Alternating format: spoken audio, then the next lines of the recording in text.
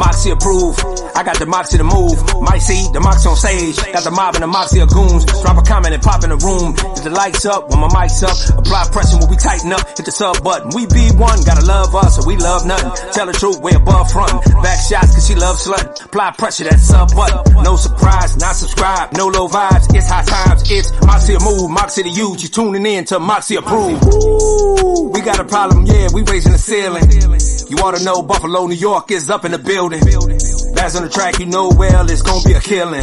Middle finger with my middle finger to the little singer that's stealing. Moxy Approved, ended with that water, damn rap, smoke these. Like Corey Holcomb, hate joke these. Roll them in blunts, we smoke these. Moxy Approved on the GOAT team. This is my new smoke screen.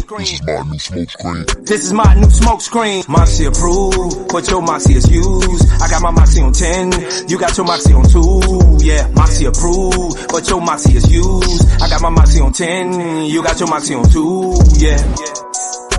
Moxy Approved. Moxy Approved. Moxy Approved. Moxy Approved. Yeah.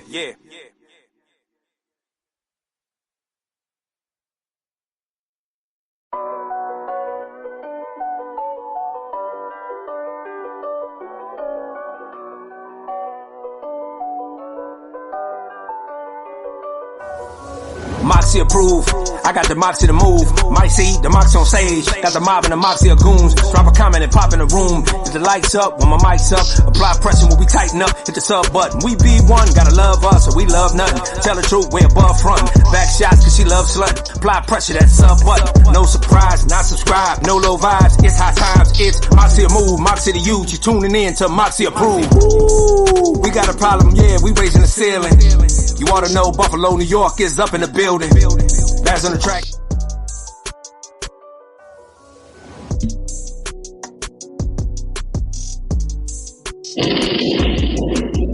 What's up with y'all? What's up with y'all? I want to say Grand Rising, but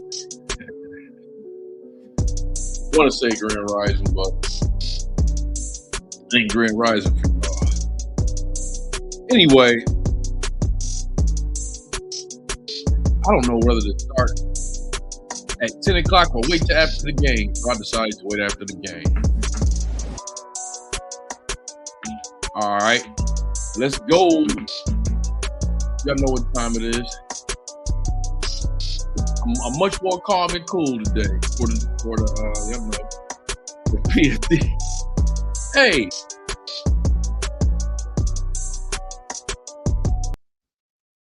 It's almost showtime, huh?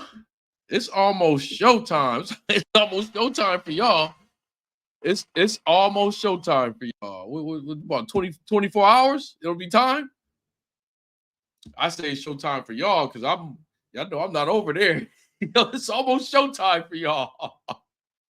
It's almost showtime for y'all, man. Shit. Ain't no telling what's about to happen, man. Before I was figuring that if Trump lose, it's like we already know right now he's setting it up that if there's no possible way he could lose unless it's someone's been cheating or interfering with the election. And that's horrible, folks. I don't care who you voting for. I'm not voting for anybody. I'm not voting for either one of these people. I don't care who you voting for. That is horrible. That is horrible. But anyway, hit that like button. I'm also afraid if he win now too. I'm afraid if either one of them win. That's the whole purpose of all this. I'm like, I had to look up some stuff from Kamala. There ain't too much out there. Like she ain't got too much experience. It's a lot of bullshit out there too. But we about to go through it. Trump supporters already burned down ballot boxes. And they the ones complaining that this is going to be fraud or something. This is crazy. This is crazy. And yeah, I agree. Both parties are full of it. Matter of fact, I should just leave a comment here and pin that joint. Say, I'm not voting for anybody. in case some of these new people come up in here and he must be going. Hey, some dude, just because I was playing Trump videos yesterday, said that the reason I'm doing this because I want guys to be in the woman's bathroom, a grown man in the little girl's bathroom. Some bullshit. Y'all know how some of these people are. I'm not even gonna fuck all that freedom of speech shit over here. That type of freedom of speech. If you try to imply that I'm doing something with like anything illegal just because you disagree with me, I could take the roasting and all the shit about my hair. But yeah, that's one you'll get blocked real quick doing some shit like that. And it ain't nothing. It's just a YouTube page. It ain't nothing. You gonna make another account anyway. But yeah, I look, because I'm just like y'all. I don't, especially these lives, I don't like these as much as y'all may think I do. I'm just like y'all. I'm a consumer just like y'all. I watch other people's YouTube shit just like y'all. When you get on this side of things, this shit is crazy. It is crazy. So this country has gone to hell. They have let outside influence rule them for far too long because they had everything on Trump and claim it. Yeah, he's literally fighting for his life right now. Let's not forget about that. Let's not forget about that. He's fighting for his life right now. That's why he's doing all that shit. That's the one thing about it right now. Everything is okay. The one thing that I don't like that he's doing right now is that and there's no undoing it. Everybody, like, he got all these folks charged up to where if he don't win, it's got to be some type of interference. And I guess we'll find out if he lose. This shit is crazy, man. This like, I almost said I hope he don't lose, but then I really don't feel like that. I don't. I really don't feel like that. Because I see it's horrible on both sides. Anyway, forget this rant. Let's get into it. This is what we call friend or foe, where I don't know. It ain't enough people. They've been fucking my lives up, man. But it is what it is. I'm still gonna do the same show. I'm probably put this up on my second page. If this was a normal, I ain't even gonna blame them. Politics ain't in my algorithm. Every time I put up a title on politics, they suppress the video. If I really wanted to get this joint full, all I gotta do is put like J. Cole. If I'd have made the title with J. Cole, I'd have had people up in here. Or Kendrick, I'd have had people up in here. But anything politics, it's the FBI. Nasty. It's the FBI. Anyway, but we're gonna go through some videos from Kamala Harris, and we're gonna see. We've never done her before. We did Trump a while back, and that actually was a very good show. We did it last night too. It was mid. We didn't really have nobody on here. I really like to put the link out and take some calls, but I don't know if enough people are even. It's still pretty early, so we'll see. It's still pretty early. Probably later on, I'll put the link out, and we will see if she's a friend or a foe. Her rally is live. Let me see. Where's the rally at? Let me see if I could pull it up. I'll pull it up for a little bit. Then again, I don't know if they're gonna. Yeah, is the rally online? Instead of asking, I am sitting right here. I'm going to Twitter. Oh shit! Don't do that. Let's see. I'm gonna see if I can find this. I'm pretty sure we can find it on Twitter. Guess I might play a second of it.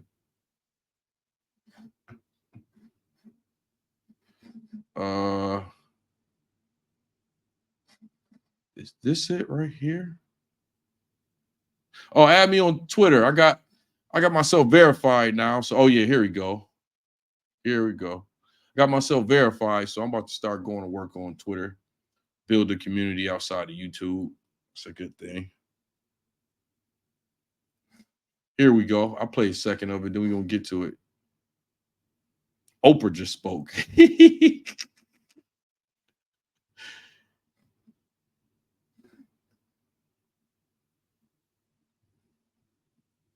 Oh, thank you, Medusa. It ain't nothing. No, it ain't nothing. All you gotta do is pay for it.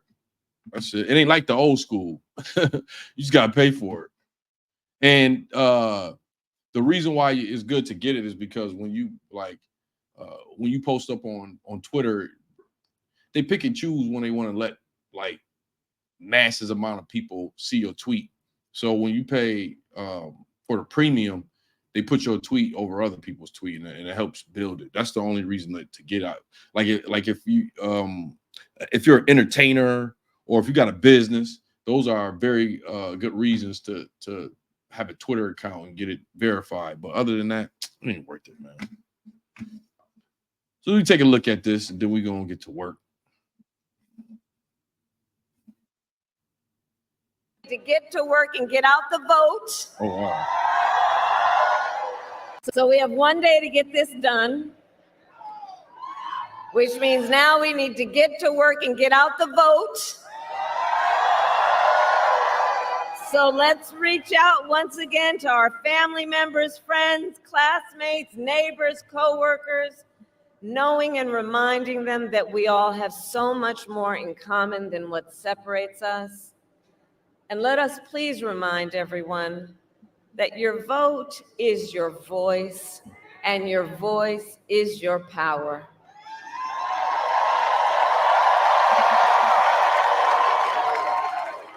So tonight I ask you one last time, are you ready to make your voices heard? Do we believe in freedom? Oh my God. Do we believe in opportunity? Do we believe in the promise of America? And are we ready to fight for it?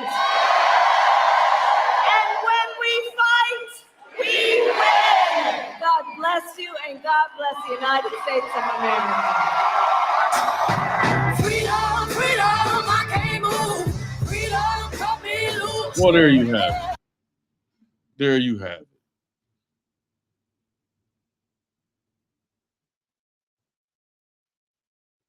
Oh, she been knocking on doors. I'll play one. On doors, talking to voters in Reading, Pennsylvania. As we've seen, she's trying to win Pennsylvania. Avoided mentioning her opponent's name at all. She's trying to win doors, Pennsylvania. talking to voters in Reading, Pennsylvania. As we've seen today, he's trying to win Pennsylvania, boy. They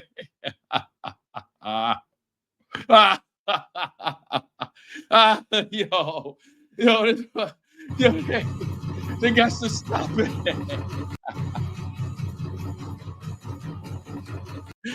Oh shit! Hey, you and me both. I can't wait till this is over either. I'm not even in the country, and I can't wait till this is over.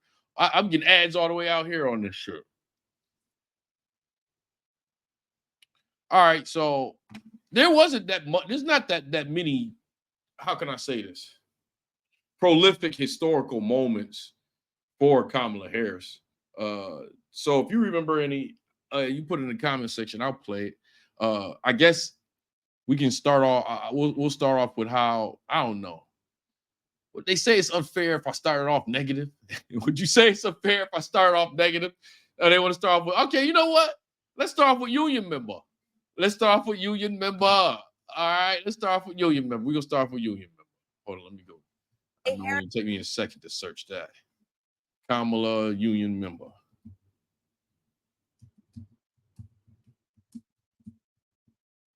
They want to start off with union member. Let's see. Here. No, that ain't it. Oh, they're going to try to, let me see if they buried it. No, hold on. We will find it. They be trying to bury. I noticed another thing, man. They be trying to bury shit. Like you can look up something in 1 month or actually in 1 year, and then like a couple years later, you can't find the clip. I've seen that several times. I think this is it right here. This is it. This is just the hold on. I think this might be it. Yeah, here we go. For generations in Detroit and across our nation, the brothers and sisters of labor have stood together to righteously Said, demand what's union member? You about to fair find pay, out. better benefits, and safe You about to working find out. conditions. And let me say, Here we go. every person in our nation has benefited from that work. Here we go. This is one of those books. Everywhere I go, I tell people, look, you may not be a union member. You better thank a union member for the 5-day work week. You better thank a union member for sick leave. You better thank a union member for paid leave. You better thank a union member for vacation time. Hey, man.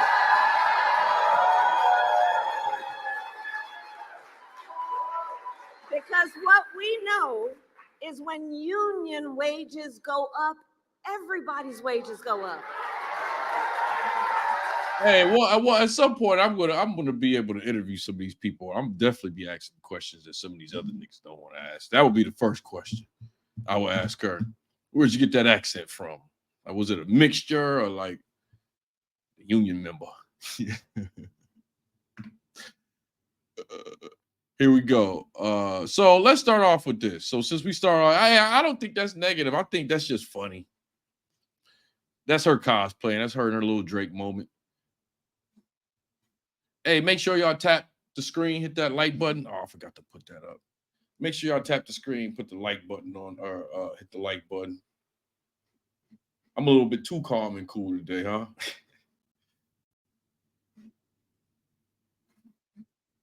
All right, so let's start off with this one.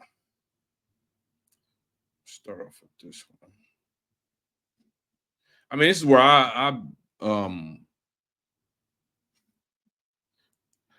knew about her for a long time, being that I stayed in California, and I was definitely pro Kamala Harris. But like a lot of people, there's a lot of things about her I didn't know. So when she ran for president, this is the moment here that I actually stopped rooting for Kamala Harris. This is the moment right here.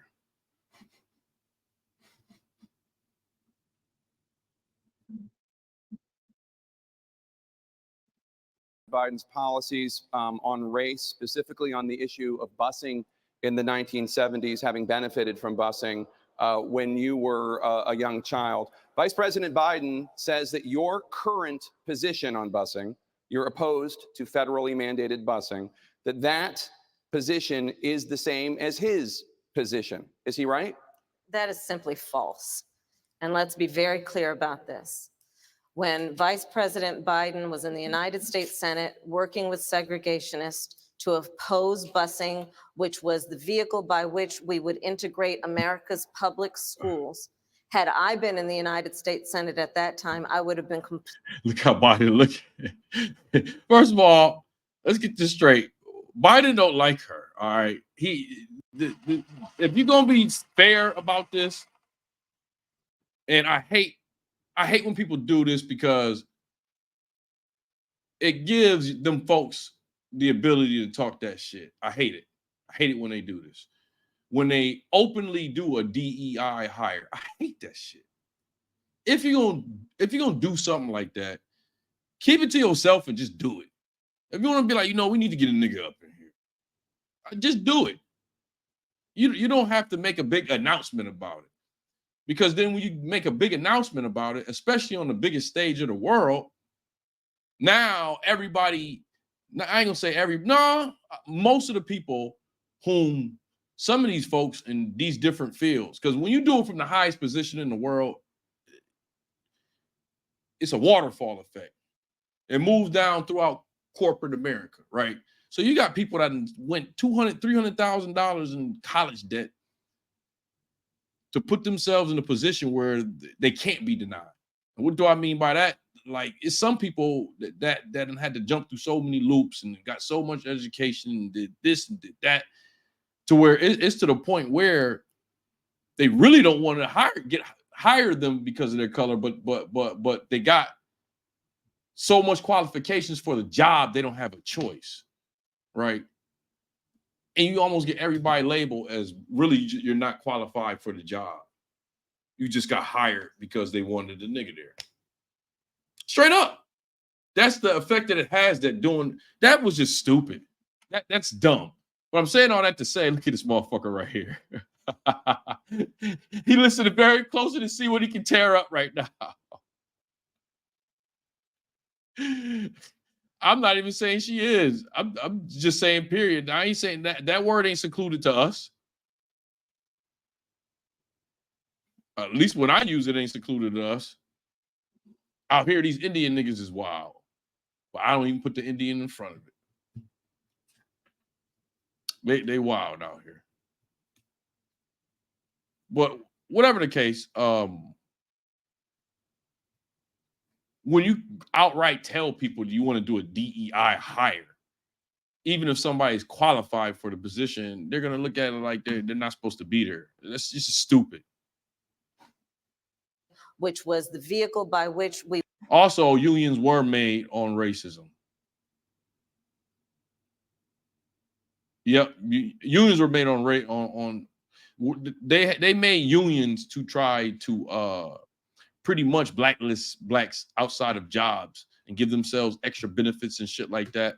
I mean, it's certain shit I can talk about on here that it would seem so small to y'all, but yeah, I'll probably get in trouble for saying it, so I never say it. But shit like in Hollywood, them unions is like the mafia, man. And in certain unions, I'm talking about like not even like I'm in SAG, not even like SAG and shit like that. I'm talking about like set unions, like production designers and shit like that. Man, that shit is the blacklist people out of gigs, man. Straight up. we would integrate America's public schools. Had I been in the United States Senate at that time, I would have been completely on the other side of the aisle. And let's be clear about this. Had those segregationists their way, I would not be a member of the United States Senate. Cory Booker would not be a member of the United States Senate. And Barack Obama would not have been in a position to nominate him to the title he now holds. And so on that issue, we could. She dropping names. Barack Obama. She dropping names. Not be more apart, which is that the vice president has still failed to acknowledge that it was wrong to take the position that he took at that time. Now, I would like to also talk about this conversation about Eric Garner, because I too met with his mother. And one of the things that we've got to be clear about is that this president of the United States, Donald Trump, while he has been in office, has quietly been allowing the United States Department of Justice to shut down consent decrees, to stop pattern and practice investigations. On that case, we also know that the Civil Rights Division, this is important, the Civil Rights Division of the United States Department of Justice said charges should have been filed, but this United States Department of Justice usurped, and I believe it is because that president did not want those charges to go forward, and they overrode a decision by the Civil Rights Division of the United States Department of Justice. Under my administration, the Civil Rights Division will reign, and there will be independent investigations. Vice President Biden, I want to give you a chance to respond to what Senator Harris just said. When Senator Harris was the Attorney General for 8 years in the state of California, there were two of the most segregated school districts in the country, in Los Angeles and in San Francisco. And she did not, I didn't see a single solid. And look at that body language. Look at that body language.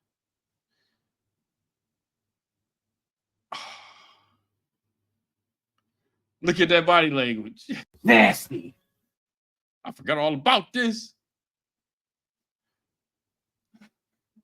Solitary time, she brought a case against them to desegregate them. Secondly, in Los Angeles and in San Francisco. His body language. And she did not, I didn't see a single solitary time she brought a case against them to desegregate them. Secondly, she also was in a situation where she had a police department when she was there that in fact was abusing people's rights. And the fact was that she, in fact, was told by her own people, that her own staff, that she should do something about and disclose to defense attorneys like me that you, in fact, have been, the police officer did something that did not give you information, would exculpate your client.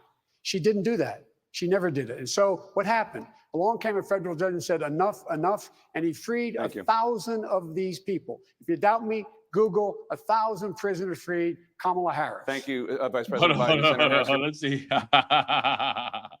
Wait. Let's see. I know it was 4 years ago, but let's see. You can get my portable keyboard. Let's see.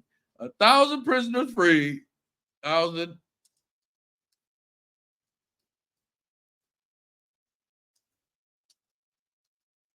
Kamala Harris.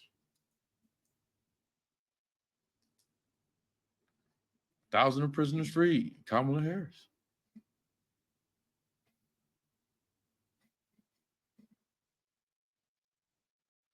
Wait a minute. Let's see. Is there a video for this, Joe?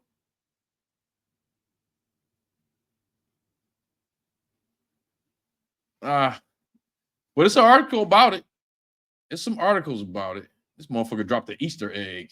Yo, he dropped the Easter egg.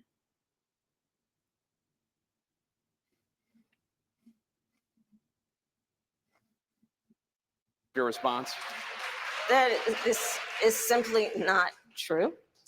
And as Attorney General of California, where I ran the second largest Department of Justice in the United States, second only to the United States Department of Justice, I am proud of the work we did, work that has received national recognition for what has been the important work of reforming a criminal justice system and cleaning up the consequences of the bills that you passed when you were in the United States Senate for decades. It was the work of creating one of the first in the nation initiatives around re-entering former offenders and getting them jobs and counseling. Thank you, Senator. I did the work as Attorney General of putting body cameras on special agents in the state of California, and I'm proud of that work. I want to bring in Congresswoman Gabbard. Congresswoman, here we go.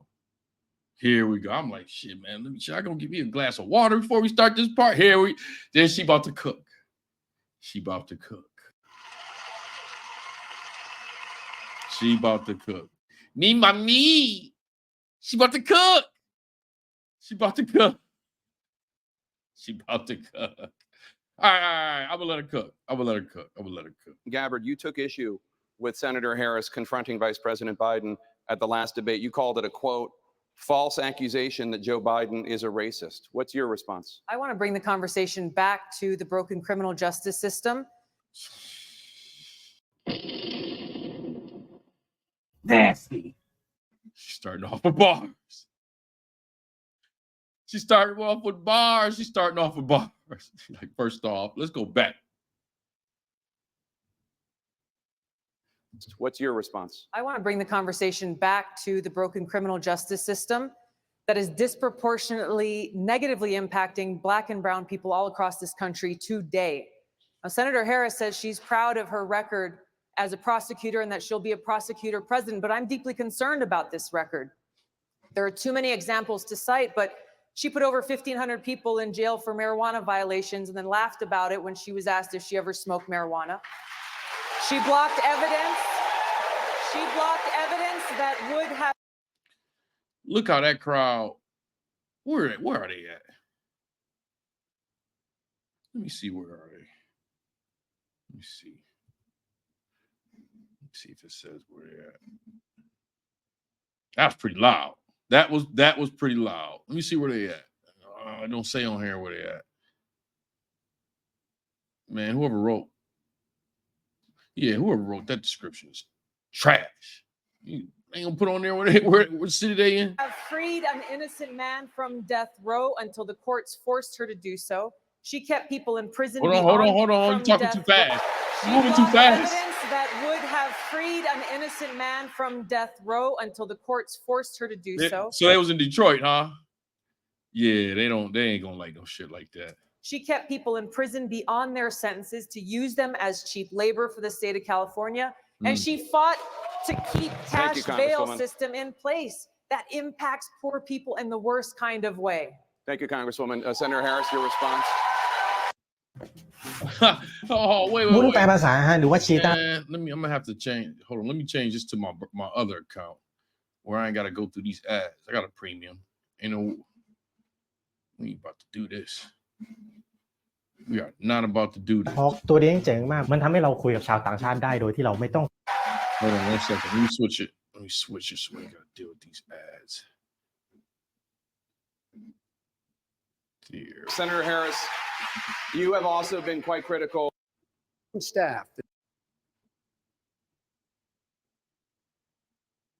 Okay, kept here we people go. in prison beyond their sentences to use them as cheap labor for the state of California. And she fought to keep Thank you, cash bail Congresswoman. system in place that impacts poor people in the worst kind of way. Thank you, Congresswoman. Senator Harris, your response.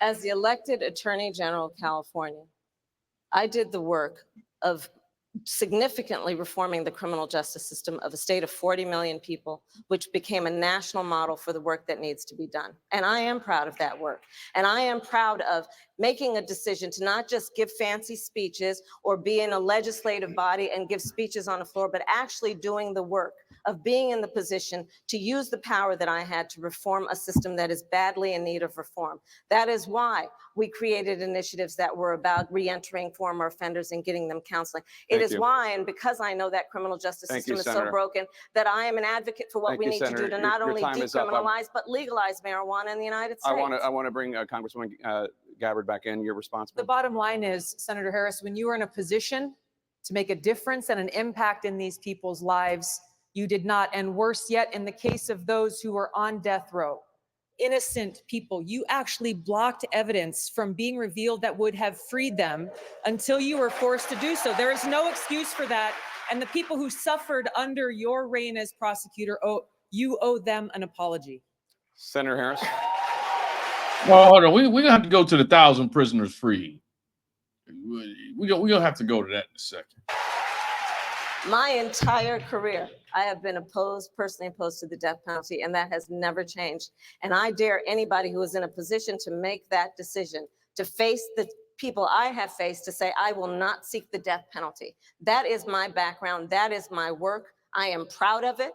I think you can judge people by when they are under fire, and it's not about some fancy opinion on a stage, but when they're in the position to actually make a decision, what do they do? When I was in the position of having to decide whether or not to seek a death penalty on cases I prosecuted, I made a very difficult decision that was not popular to not seek the death penalty. History shows that, and I am proud of those decisions. Senator Harris, thank you very much. Senator Bennett, a question for you. Yeah, but she was talking about the evidence, though. You were blocking evidence. I mean, she only was given 30 seconds. Still, why are you the best candidate to heal the racial divide that exists in we this don't want to country see today, you, buddy. which has been stoked? We don't want to see, buddy. Yeah, but that's when it was like, yeah, I can't really rock with her anymore. Make sure y'all double tap that screen or hit the 3 dots up at the top right, hit that like button, or you can double tap the screen. Either one of those work. So what we got next? That's like, yeah. Let's see. Oh, I guess it's a good, well, actually, it's good to go here. This is what happened after that. After that debate, this is what happened. Let's do this. Kamala Harris, the telegenic California senator and former state attorney general, rocketing to the top tier of a crowded field by taking on Joe Biden in the first debate. There was a little girl in California who was part of the second class to integrate her public schools. And she was bused to school every day. And that little girl was me. Do you feel that you've toppled the frontrunner? I don't know. I'll leave that to the pundits. But a month later, stumbling over the cost of her health care plan. You can't beat President Trump with double talk on this plan. By mid-October, she was behind in the money.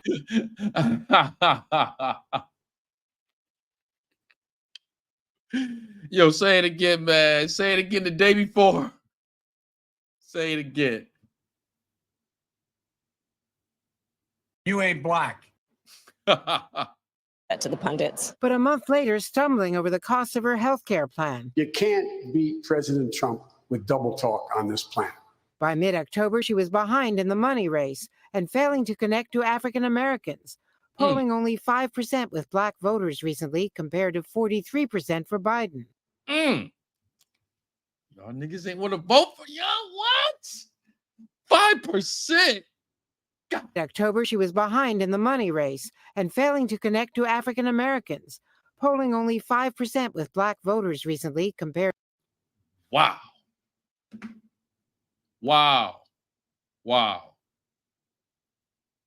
My boy Homie the Clown. All right, you here now. What changed? Chat. Tell me, those of y'all that's for Kamala, tell me, what changed? 5%. Damn. What changed? Now y'all know I'm not voting for anybody. Just for us, just conversation purposes. What changed? 5%. That's pretty damn low. That's 4 years ago. 4 years ago. Compared to 43% for Biden. By the last debate, vying for attention. I have more Whoa, people this video. supporting me in the black community. The only African-American woman that ever been elected to the United States Senate. No, My point is, that's not true. The other one is here. Tonight, praise from the other. You ain't black.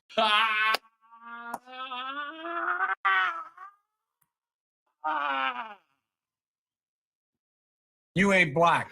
He hit her with the "you ain't black." He hit her with the "you ain't black." Yo, I didn't know he hit her with the "you ain't black." I was just joking. I didn't remember this. He hit her with the "you ain't black." He wasn't talking about her. He was talking about somebody else. And she was like, no, it's another one. You ain't black. Nasty. United States Senate. No. My point, the only vying for attention. I have more people supporting me in the black community. The only African-American woman that ever been elected to the United States Senate. No, My point is, that's not true. The other one is here. Tonight, praise from the other Democrats. she is a first-rate inlet. You ain't black. First, Hit her with the "you ain't black.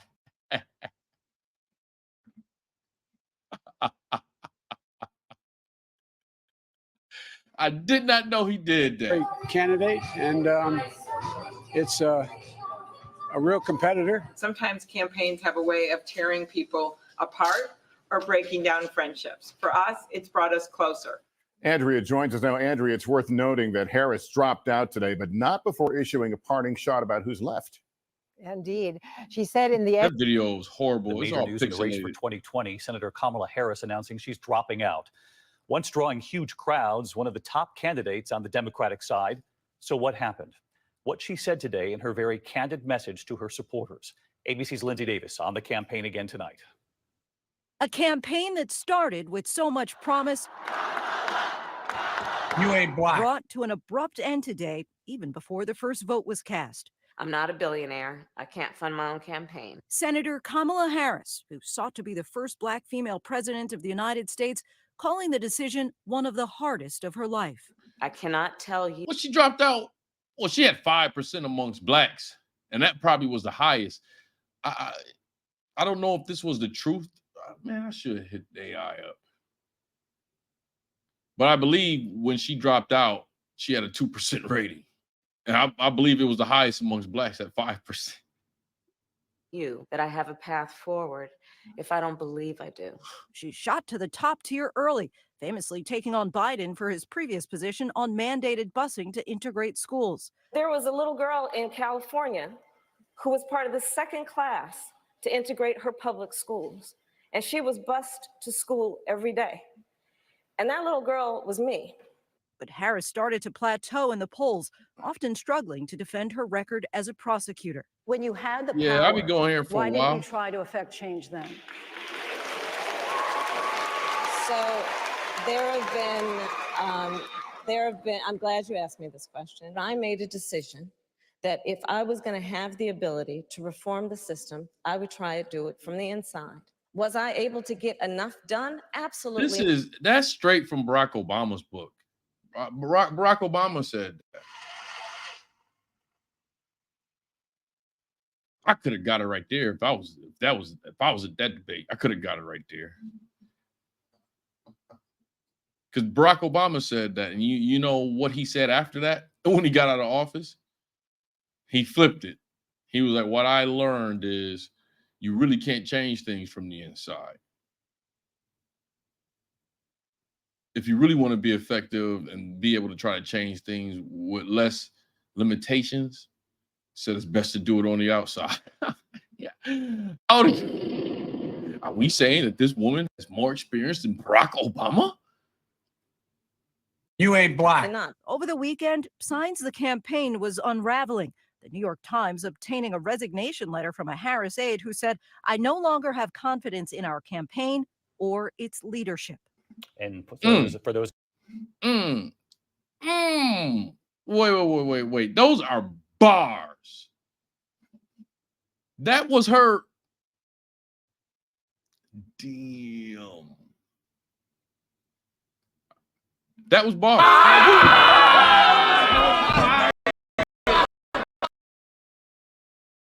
That was bars. Harris aide who said, "I no longer have confidence in our campaign or its leadership." Woo. That's that good old-fashioned suburban white undermining right there, boy. Nasty. That's some shit when somebody tried to finish you. Yo, the white girl came off. The white girl came over there at the end of it, cut the head off, and finished her. She probably was kicking it cool the whole time, was smiling like, yeah, I think we have a shot to win. Yeah. Right when everybody was telling her to drop out. That white girl turned on her with it. Right at the end. I no longer have confidence in our campaign or its leadership. Damn. Nasty.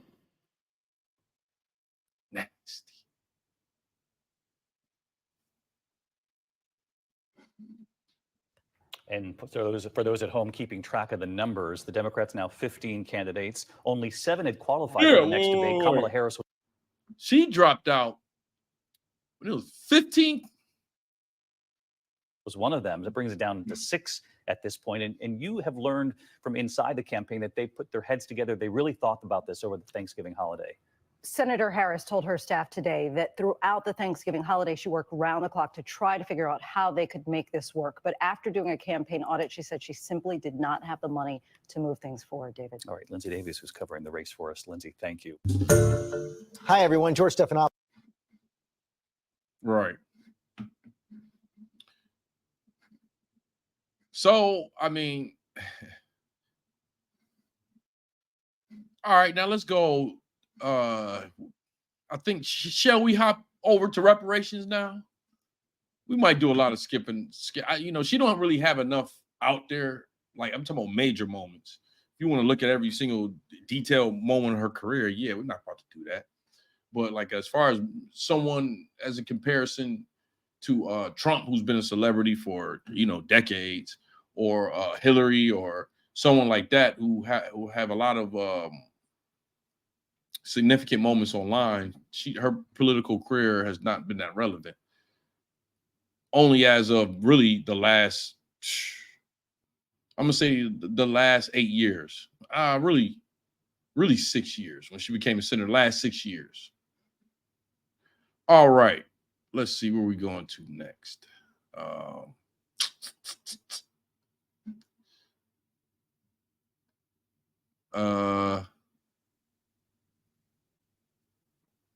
We can go to reparations.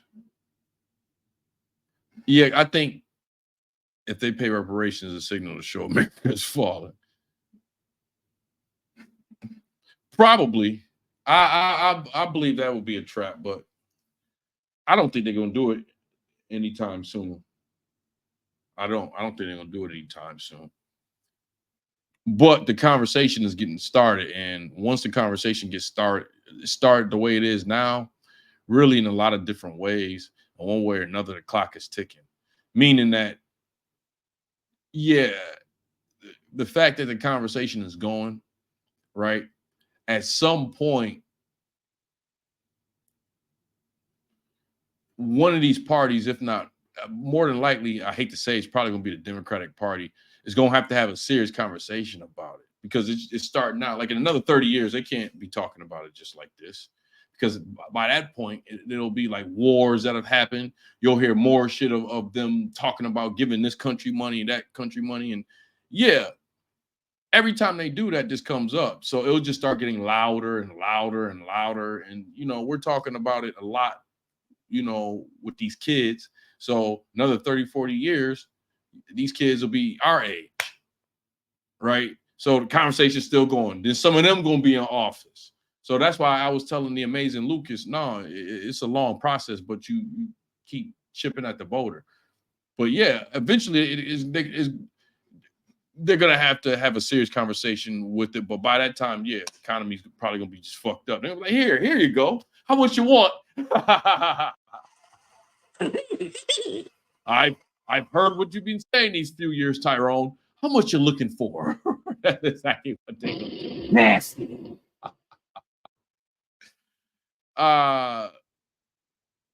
Hey, I'm not even looking for reparations. I'm not one of those folks.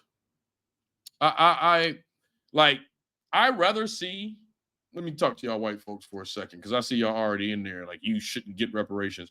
Hey, I'd rather see y'all fall and all of y'all perish than get reparations. You hear me? Nasty. I'd rather see y'all fall and y'all perish, and I'd rather see that country burn to bits than get reparations. That's just me. I don't care what the fuck you are, Ruby Rocket. Nobody asked you. But that's just me. Black people.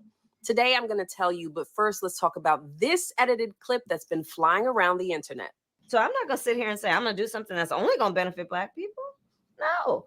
That clip is from an interview I did with Kamala Harris 5 years ago in 2019, when she was first running for president in the Democratic primary, before she became Joe Biden's VP.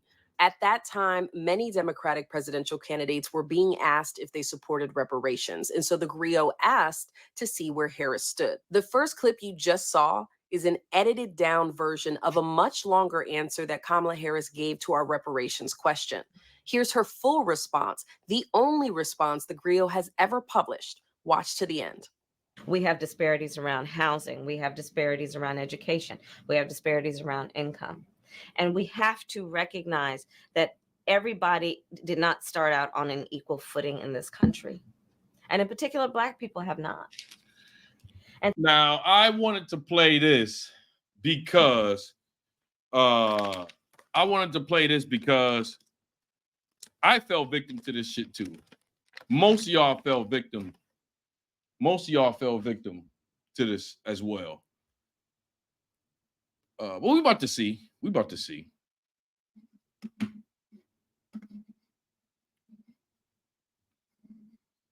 And so we have got to recognize that and do something about that and give folks a lift up.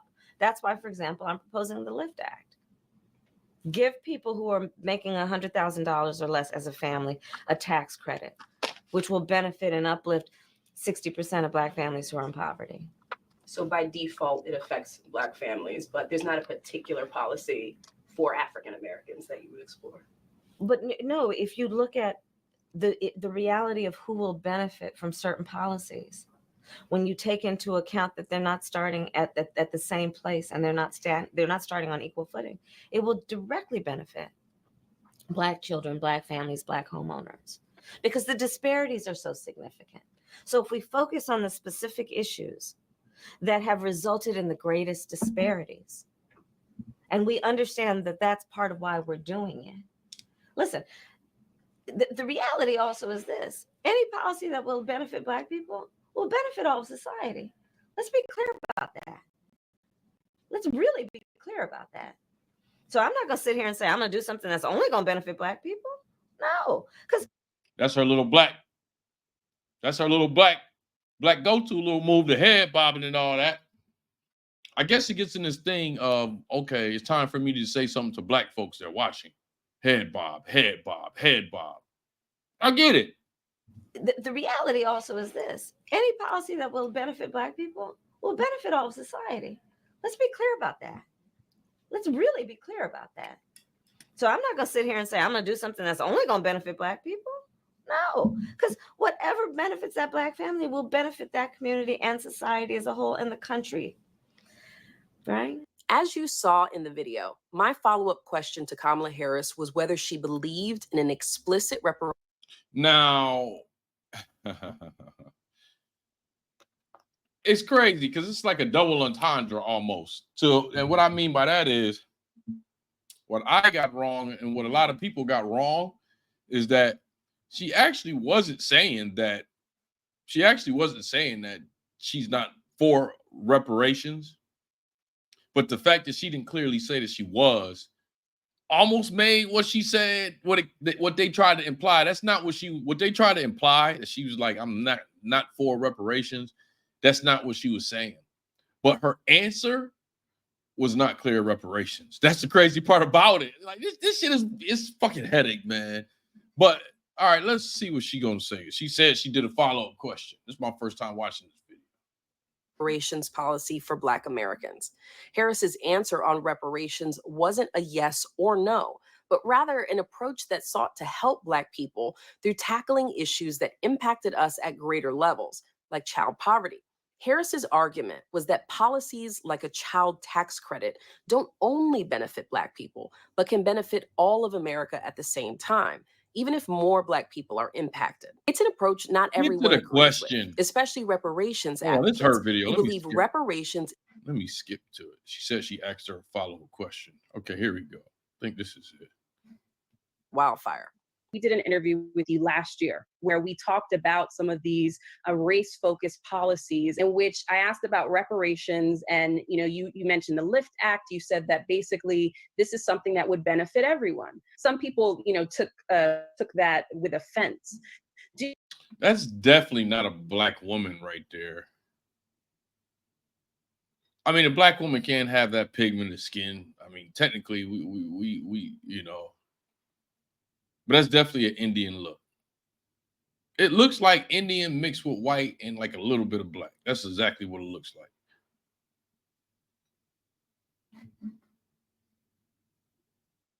Natasha looked like she Ethiopian, but hey. Do you think you were misunderstood? Do you regret saying that? I'm just interested in your reaction to that because I think people may have interpreted that. The exact words, but I will tell you where I am and where I've always been. Yeah. There's no way she don't remember that. See, especially with politics, you have to do just tell people what they need to know and nothing more. You didn't even have to say you don't remember your reaction to that because that's a damn lie. You ain't Black. It's a lie. That I'm just interested in your reaction to that because I think people may have interpreted that. The exact words, but I will tell you where I am and where I've always been. Yeah. There are very specific issues that impact Black people in America, which we know have historical context, and the history goes back to the 400 years. And I've always worked on addressing that, and I will continue to work on addressing it. It is why I'm proposing the Justice Policing Act, knowing that Black men in particular are multiple times more likely to be killed at the hands of a police officer. So why didn't Kamala Harris just say yes or no on the reparations question? Okay. Well, take one look at what happened when she said she would support studying reparations in her recent interview with Charlemagne the God. On the point of reparations, it has to be studied. There's no question about that. And I've been very clear about that position. This wasn't news per se. Harris has for years supported. Man, yeah, this is like jumping all around. Yeah.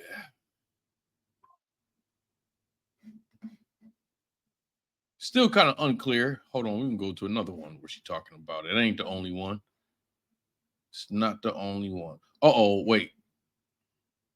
Take a look at this real quick. The 1,000 prisoners freed, Kamala Harris. Oh, shit. Can't open it up. Not outside the country, so let's see. Okay, PolitiFact. Joe Biden. Okay, along came a federal judge. Enough. He freed 1,000 of these people. This PolitiFact. At the debate, he said to Google 1,000 prisoners freed, Kamala Harris. Time for a fact check.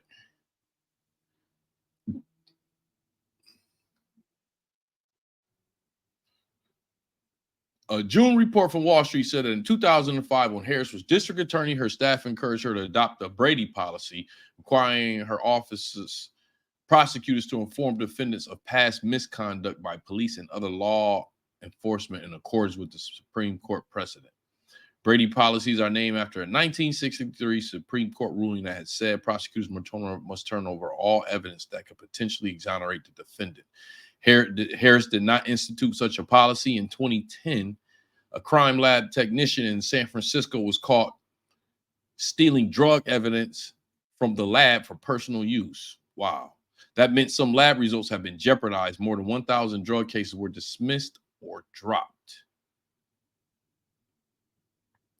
The police department was in charge of running the lab, but the Supreme Court judge rebuked Harris and her office for violating defendants' rights, writing in the scathing decision that Harris failed to disclose information that clearly should have been disclosed. The judge also wrote that individuals at the highest levels of the district attorney's office knew that the technician who had a criminal record,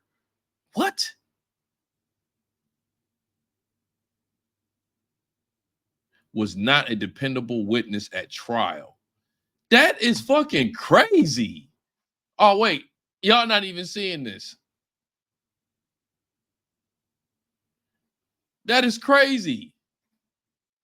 I'm not about to read all of that again. I'll go up. Here it is. But wait a minute.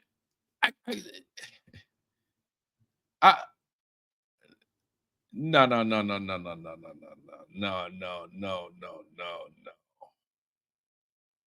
The judge wrote that individuals at the highest level of the district attorney's office knew that the technician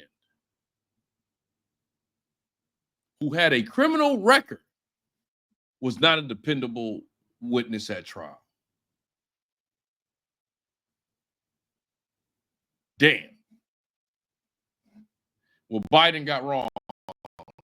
His was largely his account was largely in line with what's been reported. He botched a few key details that are worth setting straight. For starters, the scandal resulted in the district attorney's office dismissing or dropping about 1,000 cases, not 1,000 prisoners free.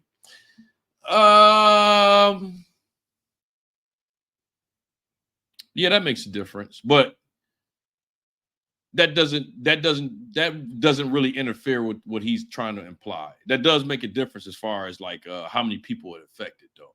But I wouldn't flat out call him a liar. So that's one. All right, what's the second part? Second, Harris eventually implemented a policy mandating the handover of exculpatory evidence, meaning Biden's claim that she never did it was not right. All right. Biden also mistook the gender and title of the judge who stepped in to reprimand Harris. I don't care what judge did it. So he got some of his facts incorrect, but what he tried to imply was correct. So what they trying to say? Biden said Harris oversaw a police department. We don't need their opinion on that. We don't need their opinion on that. Let's move on. 1,000 cases, not 1,000 prisoners. That's the main thing to remember, but it still don't matter. It doesn't matter. It doesn't matter. All right, where to next? Let's see. It's still kind of unclear if she's for reparations. That is still unclear. Actually, we'll go here. We'll go here. Oh shit, that's the wrong thing. Okay, good. We're gonna go there after this, but all right, here we go. And the incarceration of thousands of Black people for nonviolent weed offenses. She put over 1,500 people in jail for marijuana violations and then laughed about it when she was asked if she ever smoked marijuana. Turns out the entire thing is a right-wing lie. First off, where did the thousands number come from? As far as we can tell, and according to the AFP, the number comes from a Washington Free Beacon article that said 1,560 people were jailed in California between 2011 and 2016. So during Harris's tenure as California AG, AG for nonviolent marijuana convictions. That article cited data from the California Department of Corrections and Rehabilitation, or the CDCR. When the AFP contacted CDCR, they found out that this data was for all inmates, not just Black inmates. The CDCR said there was no data that broke these inmates down by ethnicity nor gender. Second, Black males in jail made up roughly the same amount before and after Harris left the AG job. Third, to better understand Harris's views on nonviolent marijuana. I don't know. You're going pretty fast, lady. Going pretty fast. You're going pretty fast, lady. First of all, there won't be no bill for reparations. Last time I checked. Well, the only way you even have a chance for that, it will have to be Democratic president and the whole entire Congress Democrat, which is possible, but I don't know. That's possible.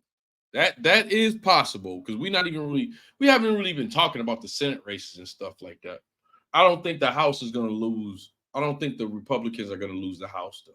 I don't think they're going to lose. They've been having a House for a minute, if I remember correctly. Wait.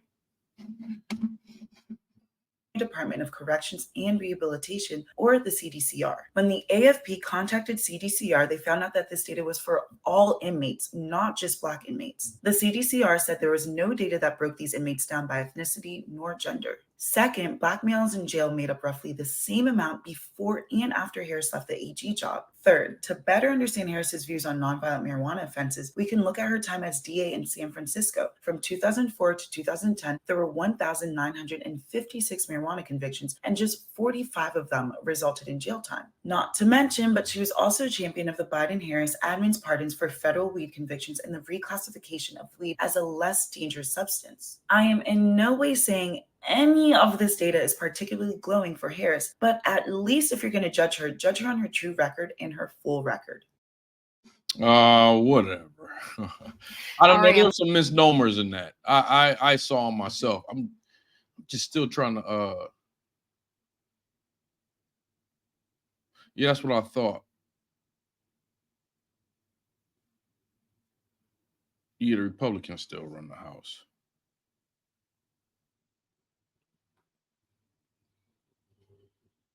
They've been running the House for a moment, too.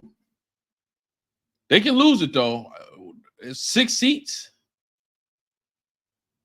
They can lose the House this time. They can lose it. Yeah. Yeah. You can have all.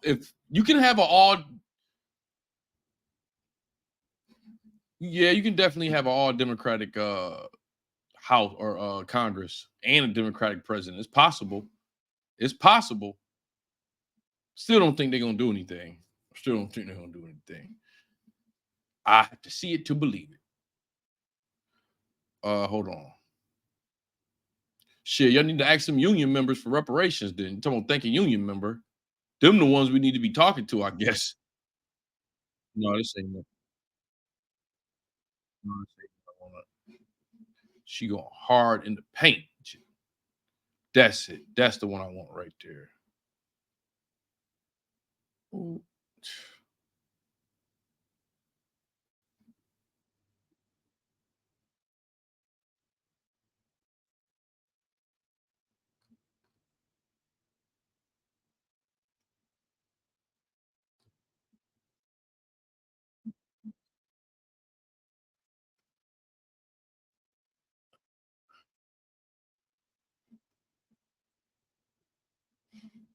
I don't know why this one particular window is not popping up. I don't know why. Something must be going on.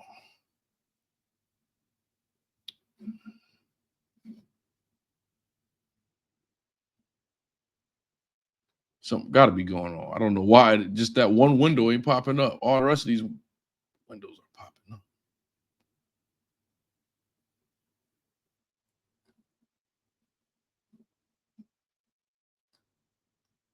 Okay, there we go. Bam.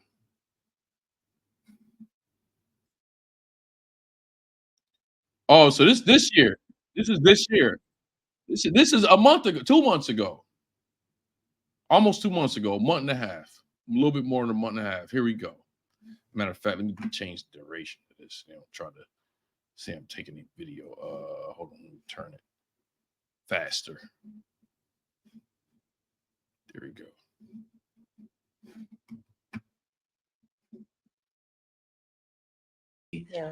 Jackson Lee's signature bill, one of a few, was H.R. 40, which would create a commission to study the history of U.S. slavery and study the issue of reparations. She introduced H.R. 40 every session of Congress, taking up the mantle from Congressman John Conyers. This is a bill that you have co-sponsored as a U.S. Senator. Yet, this has, despite the fact that this has been, similar commissions have been created on the state level and on the local level, is yet to pass in Congress, let alone come out of committee. Congresswoman Jackson Lee, Congresswoman Barbara Lee, and other advocates have called for President Biden to take executive action to create this commission. Would you, as president, take executive action to create this commission, or do you believe that it should happen in Congress? Well, first of all, as you mentioned, Sheila Jackson Lee, she was an extraordinary leader who we just recently lost, and she was a friend and a real champion for so many issues. So I feel compelled to say that about her. On the issue of what we need to do going forward, look, first of all, we just need to speak truth about history, in spite of the fact that some people are trying to erase history and try and teach our children otherwise. They always do that. You ask them a question, then they start going to something else. They always do that. They always do that.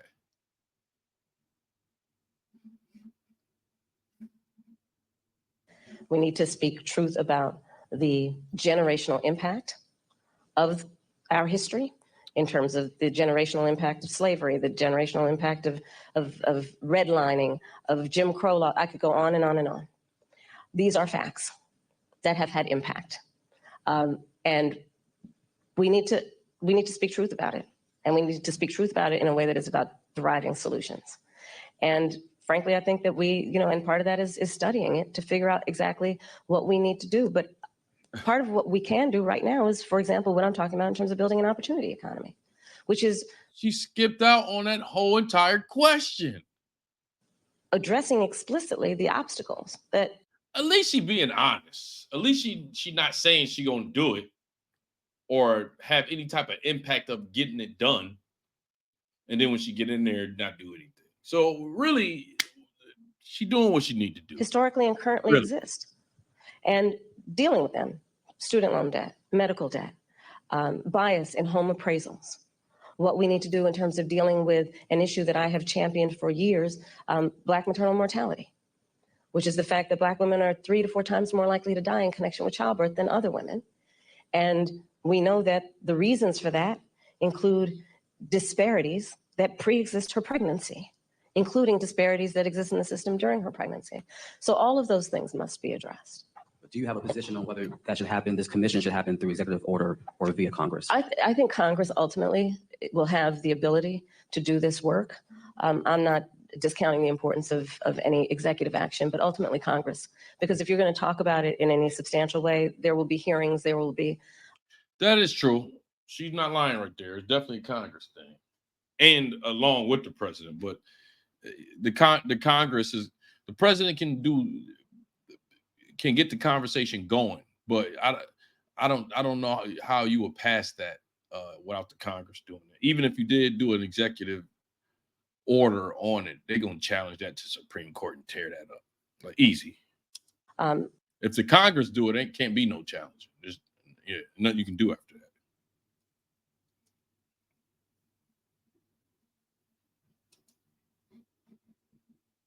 that. And I think that was part of the public education substantial way. There will be hearings, there will be a level of public education and dialogue and I think that was part of the spirit behind the congressional action thus far, to ensure that everyone can participate in this conversation in a way that elevates knowledge about history and the reference points that are the impetus of this conversation.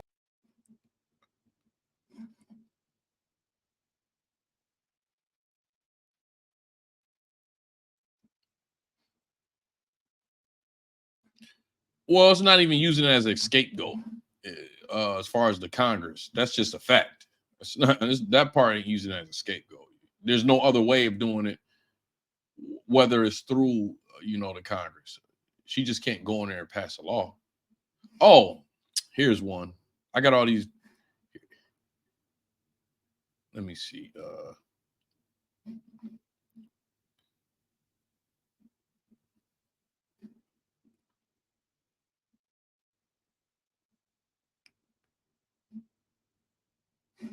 Union member gone.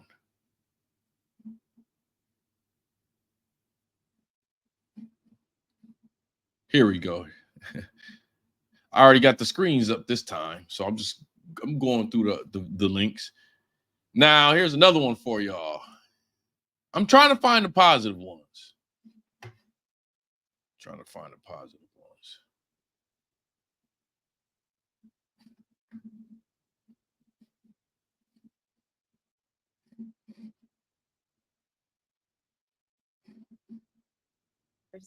But hopefully we can get you ready and most comfortable today. How are you doing? How are you feeling?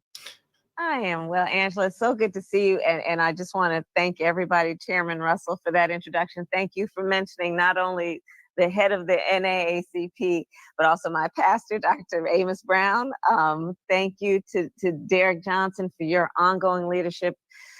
We talk so often these days about the importance of everything that is at stake and making sure everyone's voice is heard. So it's good to be with everyone. And Angela, it's so good to see you. And I'm good, you know, one day at a time, 39 days before an election.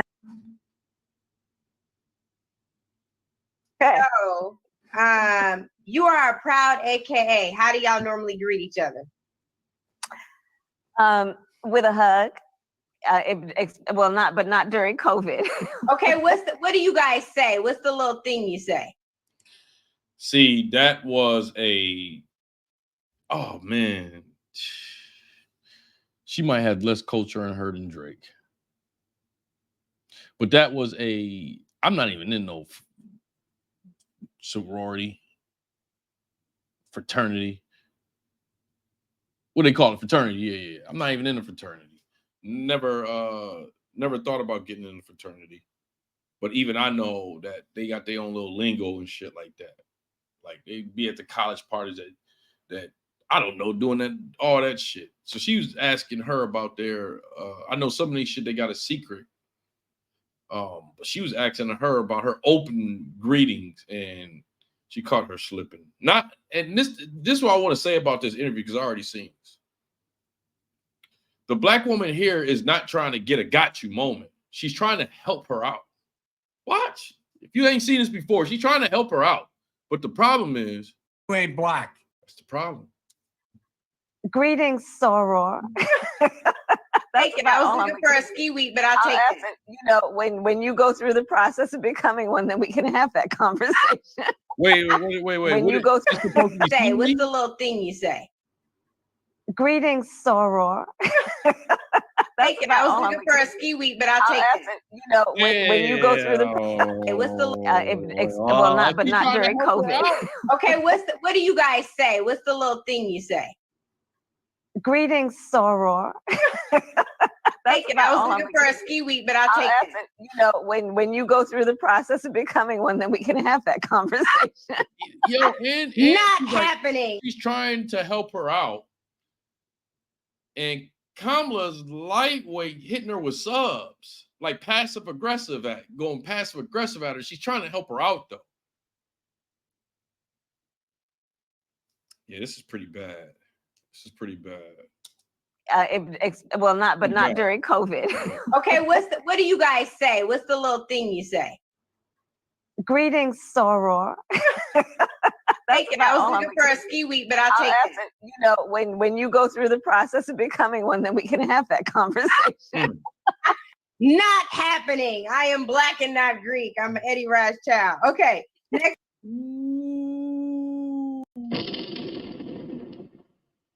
You ain't black.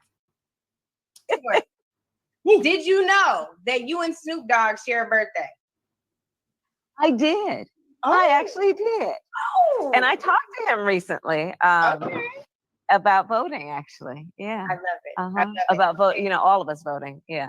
Yeah, that's really important right now. Yeah. Okay, your favorite professor at Howard? Oh, Dr. Houchkins. There were so many, but This was a horrible. I'll start with. It's a horrible interview. And mind you, the black woman is trying to help her. This is supposed to be basic questions. Basic questions. I'm not gonna lie. After doing Trump friend or foe yesterday, I'm gonna keep my opinion to myself right there. Oh, Dr. Houchkins. She don't really remember anybody. There were so many, but I'll start with him. He was one of the ones who had been a real barrier breaker in his own career in life. And that's whoever Dr. Houchkins is, he got a lucky shout out because that's the one that she could remember. That's probably wouldn't be her final answer. She got caught off guard. Just basic questions, though. It's no big deal. That's why she seems so shady. Like you even ask her a basic question, it's a problem. These are all basic questions. And it's like a problem. And it shouldn't be that serious. Nasty. This is not even like basic questions. But there's so many. And the thing about the professors at Howard is that, they were the best and the brightest in their field. They could have taught anywhere that they wanted to teach, but they chose to teach us. And in that way, really inspired us in ways that were very special and long lasting. Well, now that Howard has their commercial from this too, this little plug, we're going to keep going rapid round. Okay. Who threw the best? But let me, in fairness, all HBCU. That is, but no, truly, that is an HBCU experience, and it's universal in that way. Mm-hmm. That's a big sign right there, and that kind of reminds me of Drake. That's a big sign right there. First of all, I'm not expecting her to know the culture, and it's almost kind of, I don't like her acting like she knows the culture. I would probably be more accepting of her if she just flat out said this is a culture that I'm still trying to get to know. And I say that because that's how Barack Obama got us. Is he knew enough of the culture. In some instances, more than what we thought he would know. Especially when it came to rap. But one thing about a big sign about people that don't really know about our culture, and I'll give you an alley here for those of y'all that don't really know our culture. And I'm not even saying white people or PFDs, because there's some black people that don't even know our culture. Let's just be real. Some black people that don't know our culture. Straight up. They've been secluded, or now you got a group of young babies being raised up by white gay men. Yo. Yeah. So your kids running to them, they ain't gonna really know our culture. That's just what it is. But one thing about people that don't really know our culture is they always misinterpret competition. They always misinterpret competition. They always look at competition as a form of disrespect or a form of you don't like me. I don't know. I know that's how it's always been for me in where I've been raised. I done lived in some of the worst neighborhoods in LA.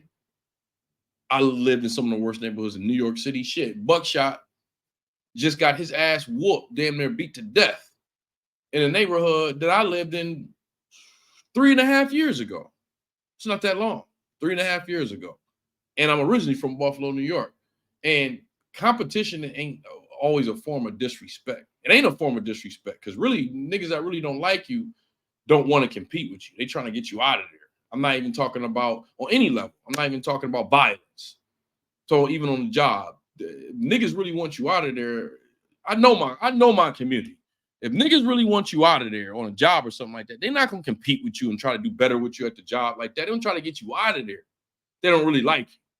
But amongst us, competition is not disrespect. And I'm lightweight giving y'all an alley for those of y'all that don't know our culture. Because when it get disrespectful, niggas don't really want to compete. They don't. And I said that, the reason why I said that is she brought up Howard. And she was like, I'm giving a shout out to Howard. This woman stopped and said, no. It's about all HBCUs, like getting real defensive. Look at this shit. That's why I'm sorry I did that whole speech about competition. But this is for the white folks. This is for y'all. I'm giving you, usually I don't like telling y'all shit about the culture that y'all going too far into it. But I'm giving y'all another alley. Well, us, competition is not always disrespect. And a lot of times it ain't disrespect, because if it really get disrespectful, motherfuckers ain't gonna compete. It's gonna just try to get you out of there. And with the fraternities, it's definitely, I know this for a fact, with the fraternities, more than anything with those fraternities, is definitely friendly competition. It's definitely friendly competition. And she, like, that's a big sign she's not a part of the culture. As soon as she heard that it was like some type of competition, okay, I'm gonna go ahead and give Howard their little shout out and their little time. She had to stop and be like, no. It's not about Howard. It's about all of the HBCUs. And we get it, but you would have fit more in with the culture if she would have said something like, thank you, because you know I represent Howard all day long. She would have got some points if she would have did that. She would have got some points if she would have did that. But no, she looks at competition as disrespect, and it's not. This little plug, we're gonna keep going rapid round. Okay, who threw the best? But let me, in fairness, all HBCU. That is, but no, truly, that is an HBCU experience, and it's universal in that way. Look, and she making her perk up. She even see like you fucking up. Look at the black woman. She thought she was about to joke. She was trying to help her out. Look, this woman is trying to help her, and she lightweight been disrespecting her half this interview. I'm just being real with you. This ain't no who. Right now, we talking culture now. We're not talking about, hold on. I got to go full screen. We taking a second away from the presidential election for like looking at her like that. Now we just talking about culture for this quick second. Maybe another minute or two. This ain't got nothing to do with her versus Donald Trump. This is just on some cultural shit. This woman is trying to help her out. And she looking at it as disrespect. She don't understand. Man, y'all not hearing me, man. She lightweight perked up when she saw that Kamala Harris took it serious. She perked up. Through the but let me, in fairness, all HBCU. That is, but no, truly, that is an HBCU experience. And you see, when she said truly, that's when she knew she wasn't joking. It's like, okay, bitch, you really, I'm trying to help you out. We trying to get you in the cookout. She brought her to the cookout. She uncomfortable. She literally held her hand into the cookout and she's uncomfortable. No, everything's okay. No. Get out of here and go with the white folks. You don't fit in. it's universal in that way. Okay, who threw the best shade during the Democratic primary debates? You got to pick one. Beside myself. Okay. No, you can say yourself. Okay, let's. Okay, that was a good one. You got to right pick there. one. That was a good one. And it's universal in that way. Okay, who threw the best shade during the Democratic primary debates? You got to pick one. Beside myself. Okay. No, you can say yourself. I'll give her some props on that, but that was an easy one. She know we like shade. That was very easy. And at the debate, that's what you're supposed to do. You're supposed to throw shade. But I'll give her a half a point for that. I'll give her a half a point for that. A child probably could have figured that one out. Okay, what's the first thing you do in the morning? Oh, a combination of things. But This a good one. This a good one. Because I know black people, what we do in the morning ain't the same as what, man, this a good one.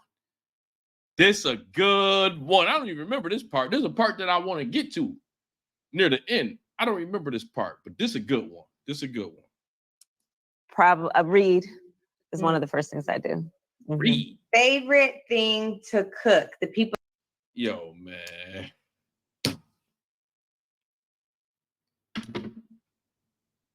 You ain't black.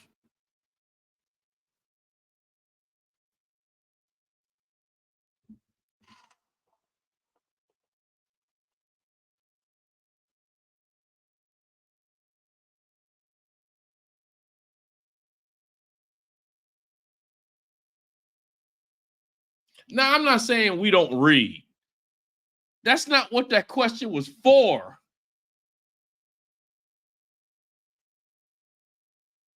That's not even what that question was for. That's not even what that question was for. That question, she's trying to humanize this woman.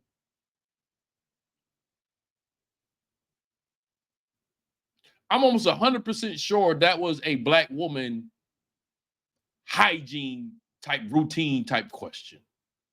I'm almost 100% sure. I can't even answer it because I'm not a black woman.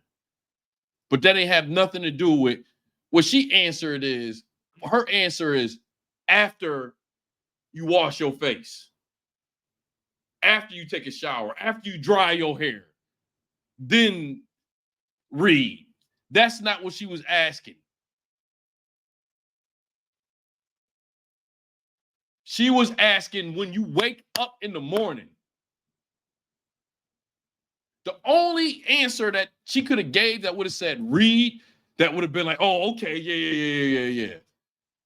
If she would have said, I wake up in the morning and the first thing I do is I just turn to the side and I read a scripture from the Bible. And then I get up and I go wash my face. That would have been fire. Nasty. That would have been fire. Or like what she said, or thank God for another day. Yeah. That's another one. Thank God for another day. She's so out of tune with the community.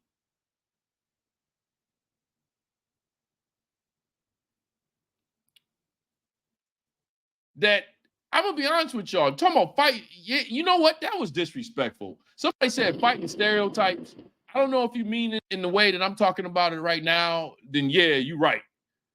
That was lightweight. Her enforcing this. That was her enforcing a stereotype. If that's what you meant by that, you are right. That was her enforcing a stereotype. Read, bitch. What the fuck are you talking about? You trying to say that we don't read like y'all? Yeah.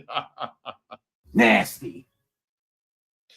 And you know what? Now if that's what you meant, and I look at it in that way, I kind of think the black woman took a little bit of offense to that. Was like, let's just keep going, get this shit over. Let's just get it over.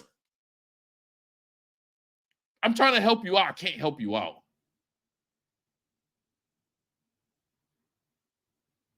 I'm trying to help you out. I can't help you out. That's what it sounds like. Man, this is fucking crazy. Was that Brianna? I don't know. That don't seem like Brianna. Is that Brianna? Because it's 4 years ago. She really look like a black woman now. I guess her numbers on YouTube done went up to where she said, I'm just going to try to become the whitest black woman I can. Is that Brianna? She done changed a lot in 4 years, if that's Brianna. Anyway, she trying to help the broad out. She can't take the help. HBCU experience, Yeah. and it's universal in that way. Mm-hmm. Okay. Who threw the best shade during the Democratic primary debates? You got to pick one. Beside myself. Okay. No, you can say yourself. Okay. What's the first thing you do in the morning? Oh. No, that's not Brianna. Her voice is way too black. That's not Brianna. Anyway. A combination of things, but probably read is one Wow. of the first things I do. Mhm. Wow. Favorite thing to cook? The people don't know you can slay down in the Uh-oh. kitchen. What's Yes, the a roast chicken. It's kind of my go-to. Uh-huh. And then Roast chicken. I ain't gonna go too deep on that. I'm pretty sure some of y'all out there that like some roast chicken. I'm more of a fried chicken type nigga. And if you ask me, roast chicken is more that Ralph's. I don't know what grocery store. I got Kroger's type shit. But I'm more of a fried chicken type nigga. That's just me. But if you want to be real, she all right with chicken. Just mentioning chicken, she all right. That was another easy one. She mean rotisserie. Yo, y'all still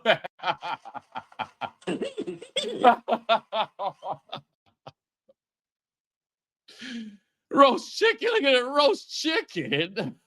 I'm more of a fried chicken type nigga, but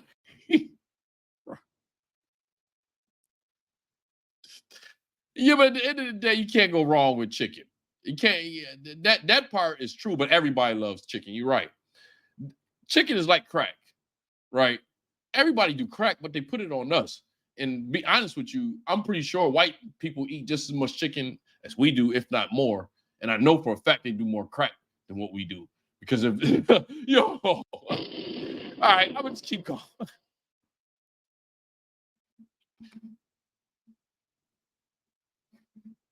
okay, what's the first thing you do in the morning?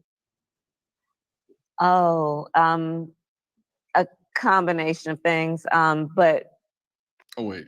And Here to you go. cook. The people don't know you can slay down in the kitchen. What's yes, I can. A roast. Well, for the record, the roast chicken wasn't a bad answer to me. Y'all didn't like roast chicken. They said roast chicken.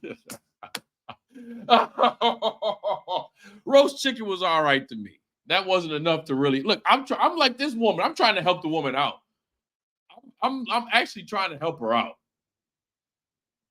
Roast chicken. It's kind of my go-to. Uh-huh.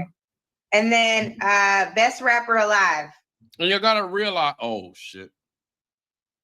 We're about to get to that right now. You gotta realize she wasn't raised by a black family. Period. American or not. She wasn't raised by a black family. Go-to. Uh-huh. And then best rapper alive. Tupac. He's not alive. You say he lives on. But not a lot. I know. I keep doing that. You said, listen, West Coast girls think Tupac lives on. I'm with you. So Tupac, keep going. She is helping. She helping her too much. She helping her too much.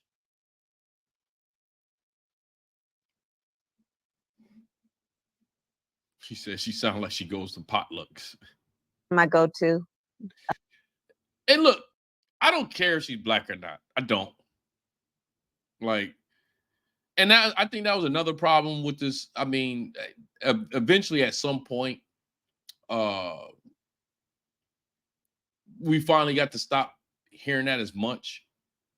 But I think that was another mistake. Is just running on I'm black. That was her first huge mistake. Like, motherfucker. To be honest with you, just the fact that she's colored, we really don't fucking care. Just the fact that she's not white is not really a big deal. It made it worse of a big deal by her saying she was black. She didn't even have to talk about it. She could have said, oh yeah, my father got a little bit of black in him. Then if she won, she could have been like, first black, look, I'm trying to give jewels. I'm trying to give jewels. That's the problem with their campaign. They ain't had no real niggas. Obama ain't no real nigga. I'm trying to drop jewels.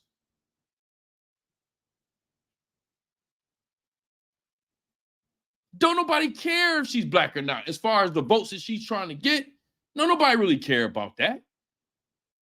Just the fact that she's not white would have helped her out. People got upset because she kept trying to say, I'm black. She didn't have to do that. Then if she won, she could have got in there and yeah, I'm the first black president. That would have been a slick move. That would have been cold. That would have been cold if she would have did that. It would have pissed us off, but we'd have been like, all right, go ahead, bitch. You already in there. Let's see what you're going to do. We would have had to accept it. It wouldn't affect her at all. It wouldn't have. I know with the black community, it wouldn't have affected her. She's not Trump and she's not white. That's all that matters. For a lot, just the fact that she's not Trump is that all that matters. But for most,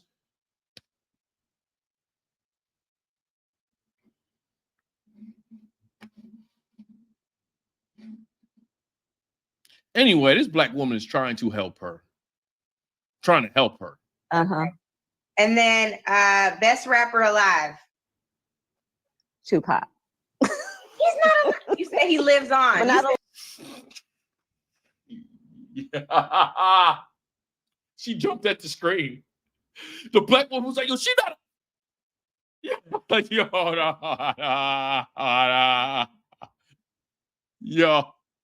Yo.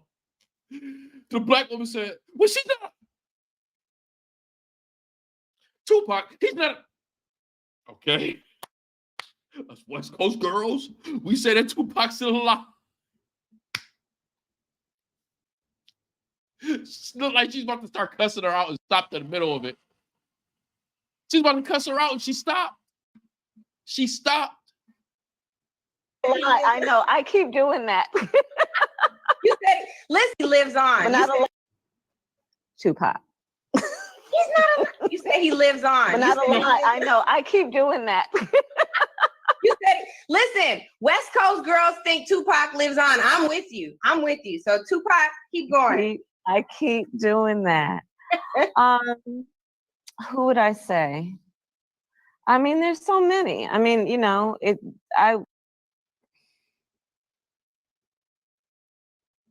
How many? 5 plus 5 plus 5. It's so many. It's so many. Oh, I didn't even have the screen back. My fault. I go back. It's so many. 5 plus 5 plus 5. It's so many. He lives on. But not a lie. I know. I keep doing that. You said, listen, West Coast girls think Tupac lives on. I'm with you. I'm with you. So Tupac, keep going. I keep doing that. Who would I say? I mean, there's so many. I mean, you know, Name one, bitch. There are some that I would not mention right now because they should stay in their lane. But now she's trying to act like she know rap. She's trying to act like she know rap now. Yo. Yeah.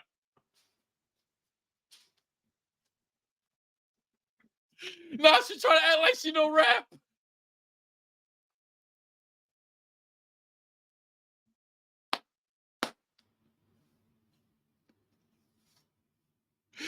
This broad says some people need to stay in their lane. Oh, she's so lucky it wasn't me interviewing her. I would have said, hold on, stop. Because this is a good one. This is a good one. Madam Vice President, which rapper do you think need to stay in their lane? Oh my God, she could have hit her with the backward question right there.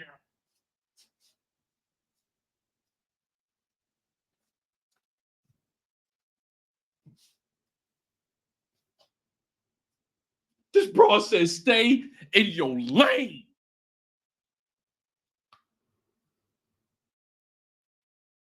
Like she know the culture. Roast chicken. Y'all making me laugh. Yo, when she said roast chicken, the whole chat said, roast chicken. Nasty. Roast chicken. I ain't go from my mom ain't never roast no chicken.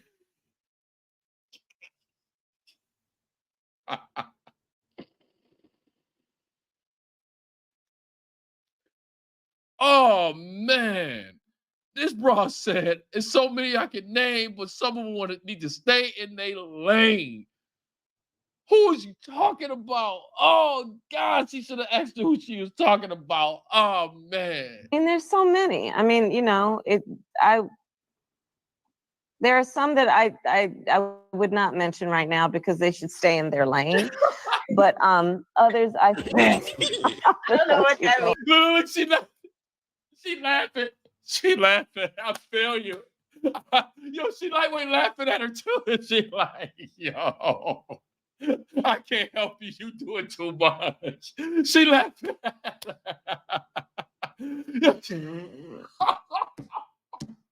I don't know how this part got past me because I don't remember this part right here where she said niggas need to stay in their lane. Stay in their lane? What is she talking about? Man, I'm about to make this a drop on my shit. I'm sorry, man. When this is over, I'm pulling this off. I'm just gonna be a drop in my shit. You need to stay in your lane.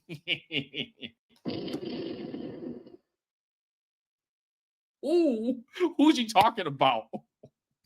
Oh, you better be talking about Drake. You better be talking about Drake. Then stay in your lane. What? And let me tell y'all something. Let me tell y'all, some of y'all, because I know, man, y'all beat me to it. Y'all beat me to it. Y'all beat me to it though. Y'all beat me to it though. That's exactly what this is. And I was just about to say something about that. Look, what I'm trying to tell some of y'all that's not really in our culture is that be yourself. You look worse not being yourself, trying to be one of us, than you look really trying to be one of us. And then later on, go back to being yourself. Because we picked that up. Just be yourself. I know this as a comedian. I've seen white comedians like this. Like, it's almost like a black audience for these guys. It's some, like, if I'm on a comedy show with white comedians and black comedians, right? And we're doing a show in the hood. There's white comedians, it's easier for them. I have to actually be funny. For the white comedians, I'm just gonna be real with y'all. A lot of them, the crowd is just happy that they fucking showed up and came to the hood. Real talk. They're happy they just showed up and just came to the hood. They ain't really gotta do too much. I gotta work my ass off. All they gotta do is a little bit of, oh yeah, I know what this is, and yeah, but as themselves, not trying to be us. As themselves. She would fare off. I mean, now, whatever the case, what's gonna happen is what's gonna happen. What's gonna happen is what's gonna happen. But she would have fared off in most of this if she just would have been herself. If she just be herself, there's nothing wrong with just being yourself. They'll still vote for you. They'll still vote for you. You don't have to try to be like us.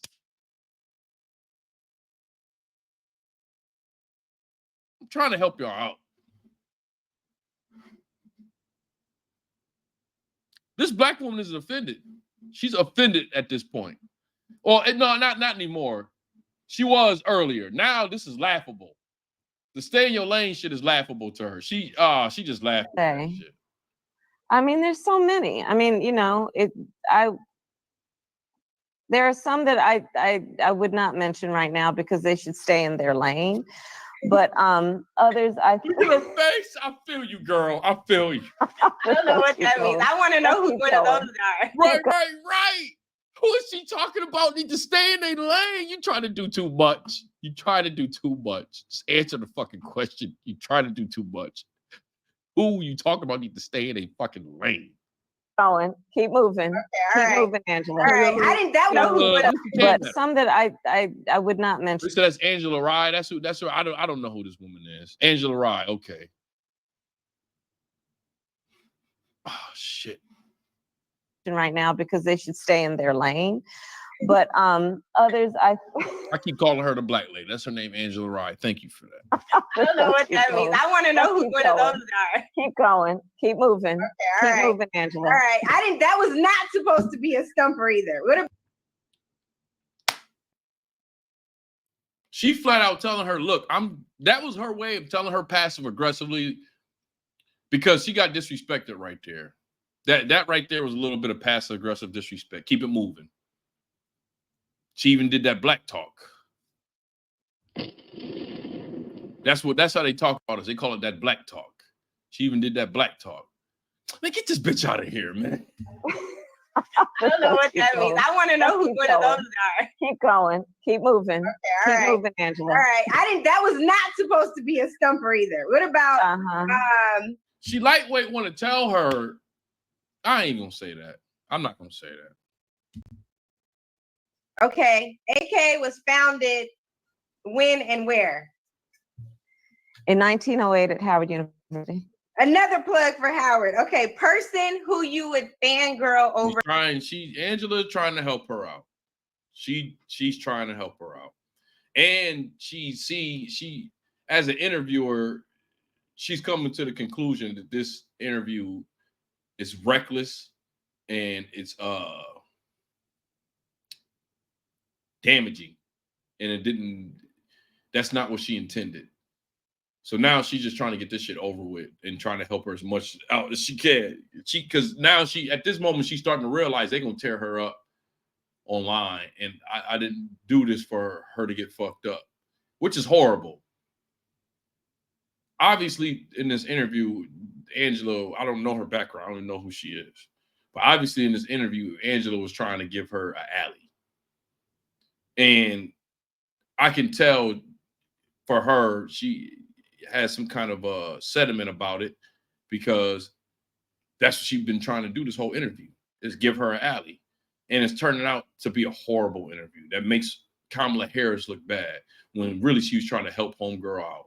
I feel her. I feel her. I understand. For the most if you met them right now? Oh, Angela, why are you doing this to me? For the most if another plug for Howard. Okay. You gave Howard a plug. In 1908 at Howard University. Another plug for Howard. Okay, person who you would fangirl over the most if you met them right now? Oh, Angela, why are you doing this to me?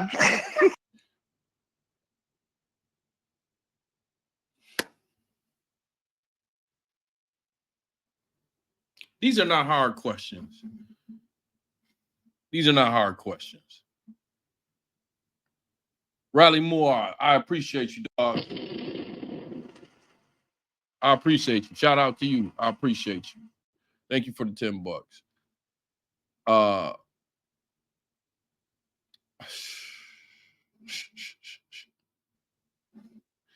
She really trying to help this woman out. She really tried to help this woman out. And it turned so negative. Okay, AK was founded when and where? In 1908 at Howard University.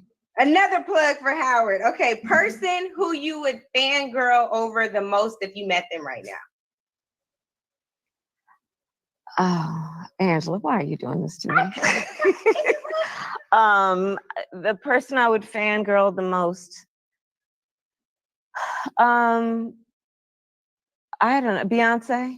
Okay, Beyonce. That's another easy one. So she gave her the alley. She was able to lay it up. There we go. This might have been the only, out of the 10 questions she didn't ask, this is only the second time where she was able to take easy cultural questions. This is not, I'm telling you, as a Black cultural expert, these are not no I got you questions. No, that's what I'm saying. That's what I'm about to tell you, Magnum. You cannot, no offense. I rocks with you. But I believe you did tell me that yeah, you're not all the way Black. Whatever the case is, you couldn't really know the culture to say that these are easy questions, sir. These are not hard questions. That's what I'm trying to tell you. Look, chat. On this one, we don't even got to depend on just my answer. Y'all tell me in the chat. And I'm going to go with the people name that I recognize. I don't recognize all y'all. I'm going to go with the people name that I recognize. Are these hard questions? Okay, you can be Black. And you might not be in tune with the culture. And that's okay. Everybody Black ain't tuned with the culture. These are not hard. My guy, she asked her who's your favorite rapper alive is. These are not hard questions at all. They asked her, what do you do when you wake up in the morning? I'm sorry, I'm sorry I even asked y'all, chat. I'm sorry I even asked y'all, but I already asked y'all because it was stupid for me to ask y'all. These are not even hard questions. She asked her, what do you do in the morning? She couldn't even answer that. These are not no got you questions. These are, I'm going to help you out. I'm going to ask you basic questions, but it's going to be cultural. But it's basic. This is not even mediocre level or advanced at all. This is basic level. Do you know what this is? You know when you try to add a Facebook page that's niche, no matter what it is. It might be a rock and roll Facebook page. It could be a hip hop Facebook page, and they give you a survey of simple questions to know that you belong in the group. I had a Bill Burr Facebook page. What's Bill Burr's real name? And you don't know his name is Bill Burr. You don't belong in this group. They gave her a survey. They gave her an easy-ass, basic survey. And she couldn't answer it. It's so fucked up that they gave, because I didn't plan on spending, I done spent 30 minutes on this 6-minute video. Can't even get through it. Can't even get through it. There's no way, I promise you, I did not. This is gonna take up most of the live stream. I did not, especially a day before elections and all that. I did not plan on spending this amount of time on just this interview. I did it. I did it. It was so bad, it was hard to keep moving on. She couldn't even answer, what do you do in the morning?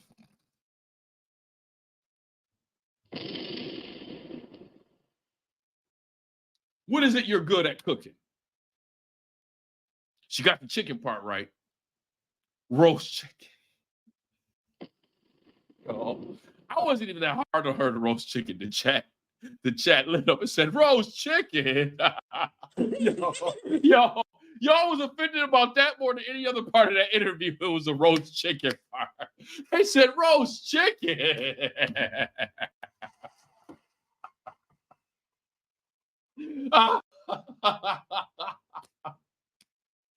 It's okay. I like to have different blacks on my page from different backgrounds. All right, Magna VA. You my folks, man. You my folks. But I'm sorry, man. This was not a hard, these are not hard questions, man. And she failed dramatically. She failed. And I promise you, Magnum, she was trying to help her out. She wasn't trying to trip her up. It wasn't trying, I'm trying to get you. I'm trying to help. It's almost like she's trying to wipe her down. Wipe me down. She was trying to clean her up. She's trying to make her presentable for the barbecue. And it just didn't work. It didn't work. And then what about the last person you called? Who's the last person you called? I can't get over these niggas said, roast chicken. That's my favorite moment in the stream so far. Roast chicken.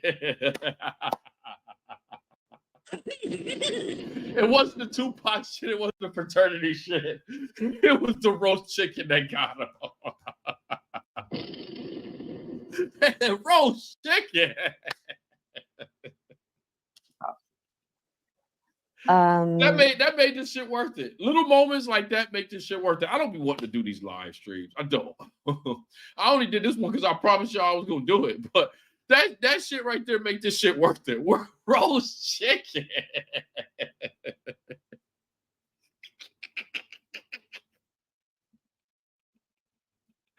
Roast chicken. The person I would fangirl the most. I don't know, Beyonce. Okay, Beyonce. And then what about the last person you called? Who's the last person you called? These are high school girl questions. You know, I'll take it up a notch. These are college girl questions because she asked her about the fraternity. But these are childish questions. I think, I ain't even gonna lie, last time I went home last year and I had to watch my nieces for a little while, they was asking each other questions like this. Who your friend in homeroom class? What's the first thing you do when you wake up? These are childish questions. I swear, I got two nieces that's like a year apart.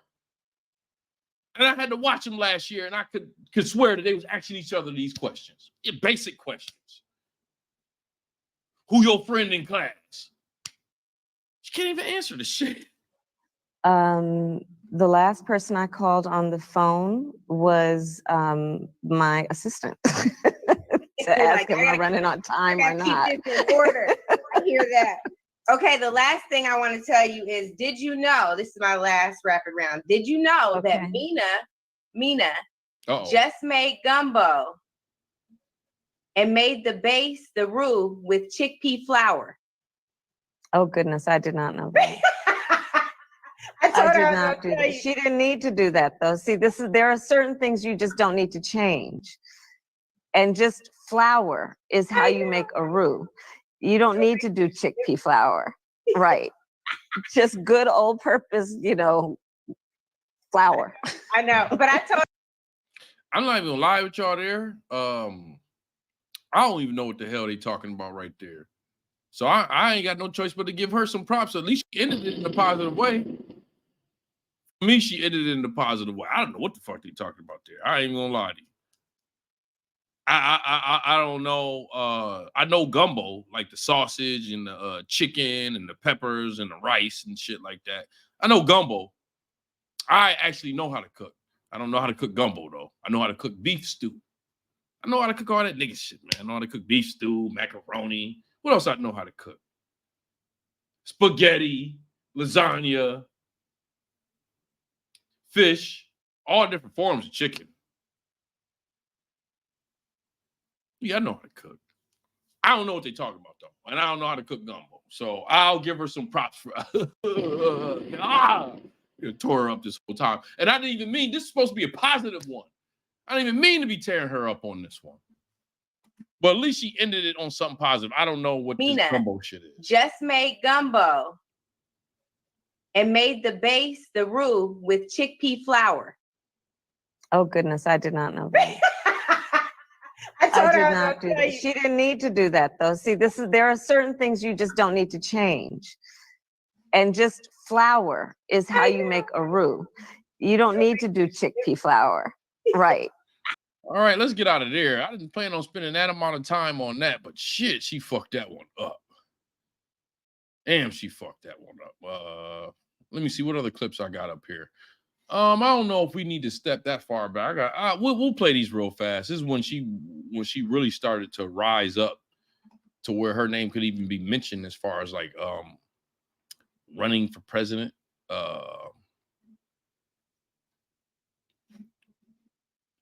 I think this is when she kind of started going out of her way on some shit, but I ain't gonna play it because I don't want to set it up like that. Let's go for when she on some senator shit.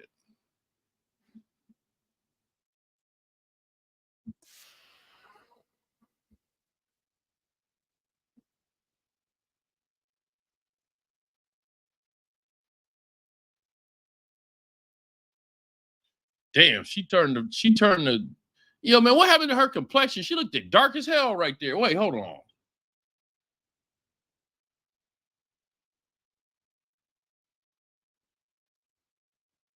They tried to make her look like Lala right there.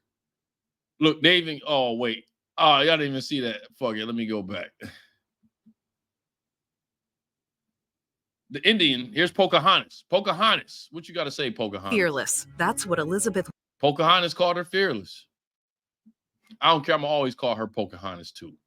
That's where Trump wasn't wrong. That's Pocahontas right there. Y'all don't know Elizabeth Warren was going around telling people that she Indian.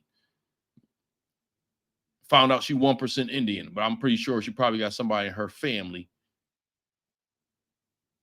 Whatever the case. Anyway. Warren said about Kamala Harris taking on the powerful on behalf of the people of California. Harris prosecuted violent predators and transnational gangs exploiting women and children, took on big oil companies. They're trying to make it look like La La right there. Nasty. All the clips before that was high yellow.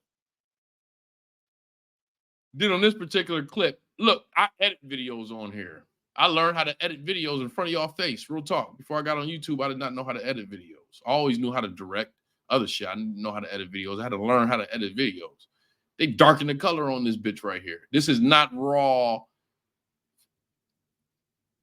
This is not raw file footage here.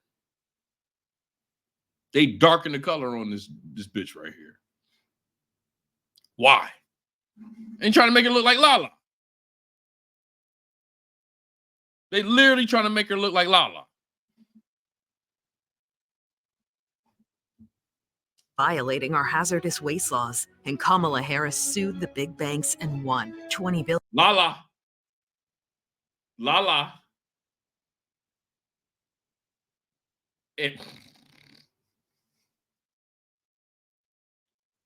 She trying to be black woman. Yeah.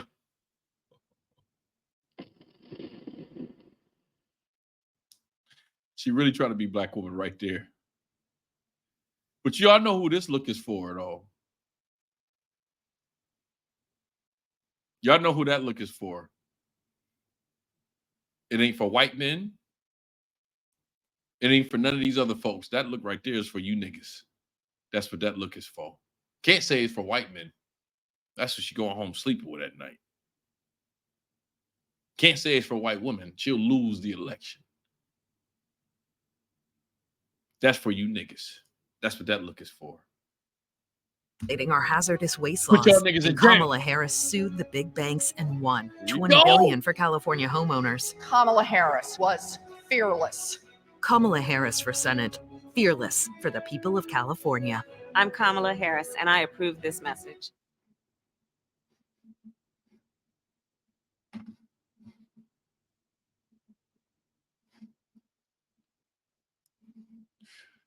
We almost finished. I did not mean for this to turn into a dragging session. I'm not trying to drag Kamala. I'm not. That last video, she dragged herself. I did not drag her. She dragged herself. In fact, it's one video where Laura Jamar was talking about her. I'm not even gonna play that. And I don't need too much more negative shit about her. I'm not even gonna put up the voting thing on here. I'm not putting the voting shit up. And the reason why I'm not putting the voting shit up, because this is too negative. It's too negative. I try to do it more,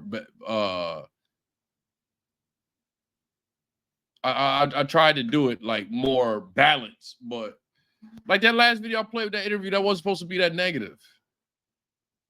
I don't remember. I remember watching that video, but I don't remember being that negative. That was pretty negative. What is this?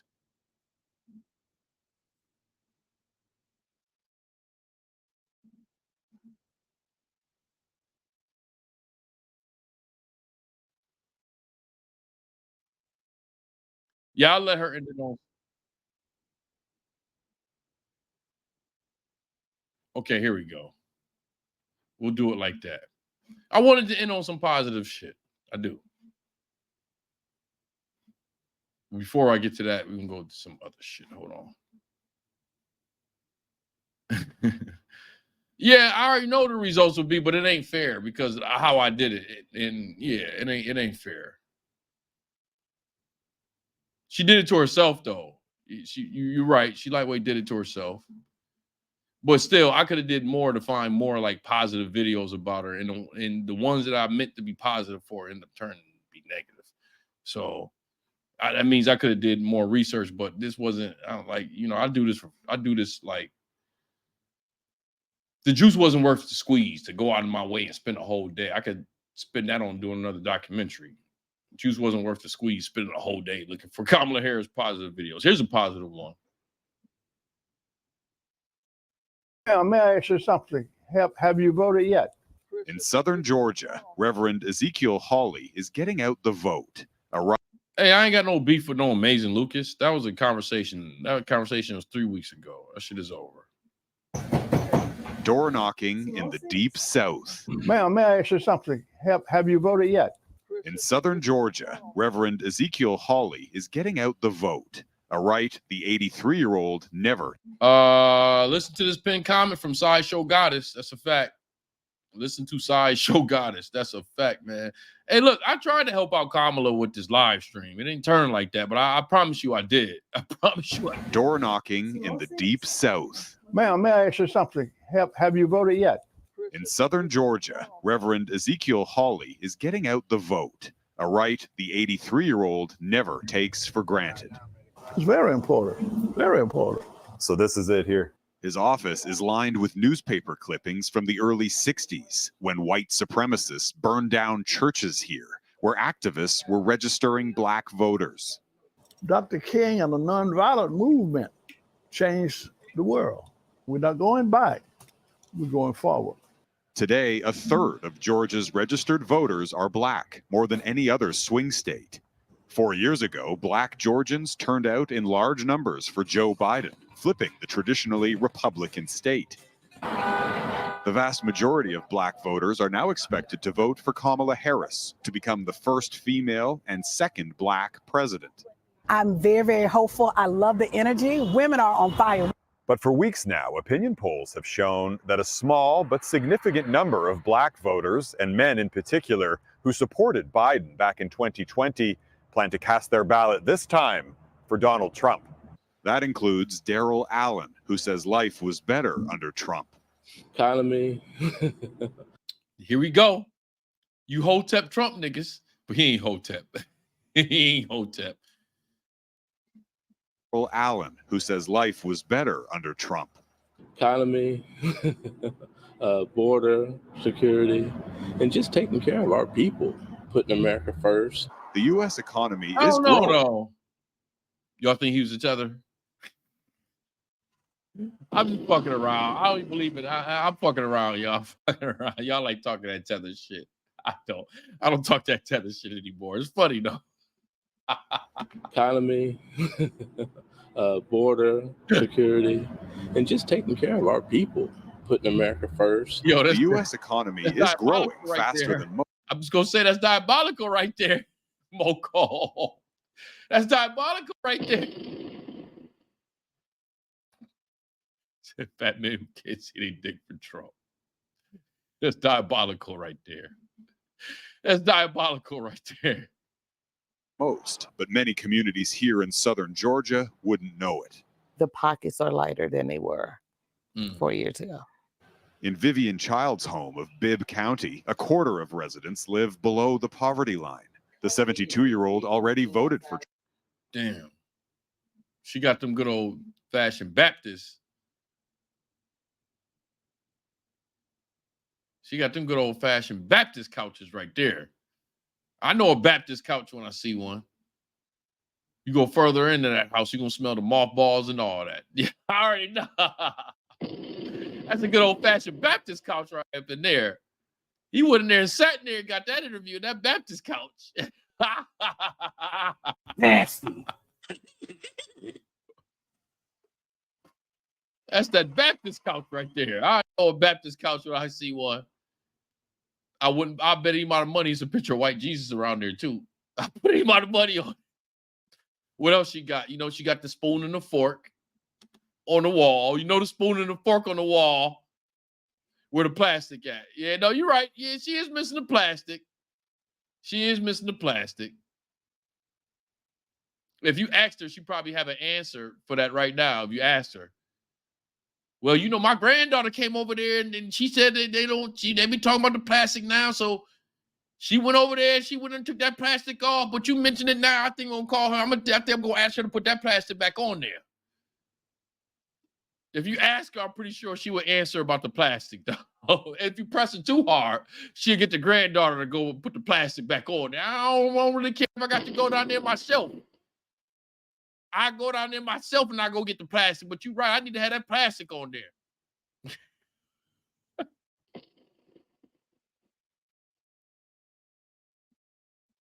Trump, prompting criticism from other black voters who cite his controversial comments about racial minorities. They're eating the pets of the people that live there. When you hear some of the comments that he's made, how does that sit with you? I'm going to be always honest. I don't necessarily agree with everything he said. I've been married to my husband for 52 years. That's that.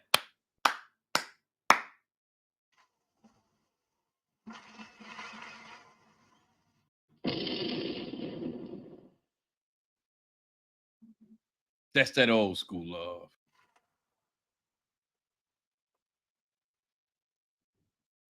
Oh, wait, Sasha got it. She said she probably got a picture there. As for me in my house, we shall serve the Lord.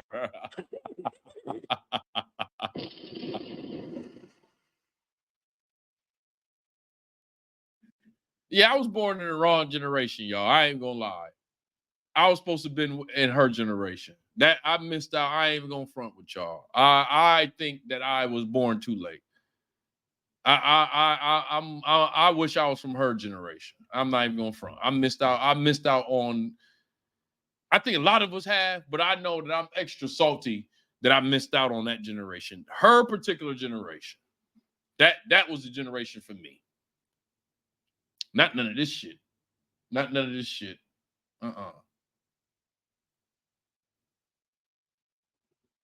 That live there. When you hear some of the comments that he's made, how does that sit with you? I'm going to be always honest. I don't necessarily agree with everything he said. I've been married to my husband for 52 years. We do not always agree. Right. I don't love him in it. Right. I'm sorry, ma'am. This ain't about. This is about you right here, man. I'm gonna let you go. Unless. Do you think Donald Trump is racist? Absolutely not. Racism was when I would go to a restroom and there would be several stalls. One of those was for me, and it would say colored. Yep. Now we gonna have to be real now. Some of you ain't gonna want to say this, but I'm gonna go ahead and say it. When she said Trump and he ain't racist, first thing I said was bullshit. Bullshit. But them are elders. Them are elders.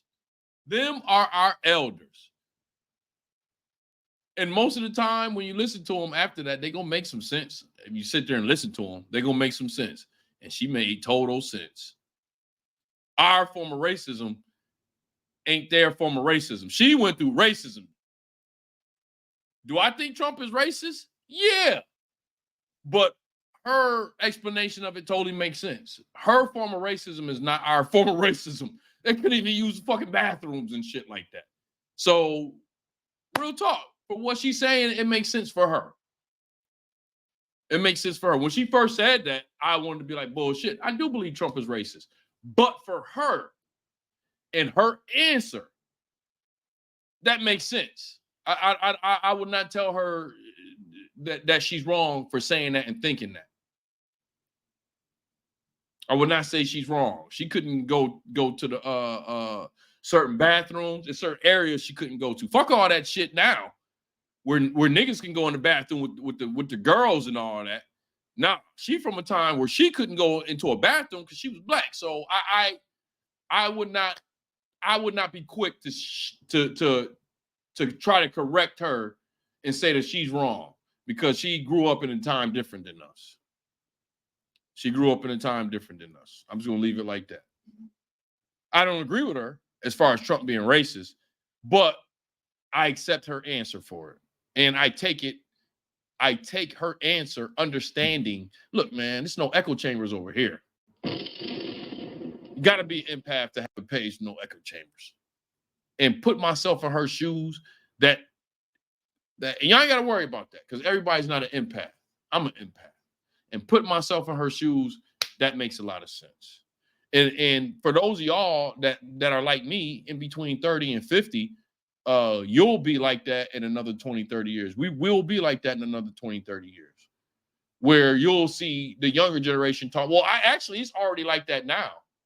To be honest with you, I'm lying. It's like that for me now. I hear these young motherfuckers talking about like, oh, they talking this and that, and well, we need to cancel him for this. Man, when I was growing up, motherfuckers was saying wild shit, and not getting canceled. And it was okay. It was okay. Because we were saying wild shit.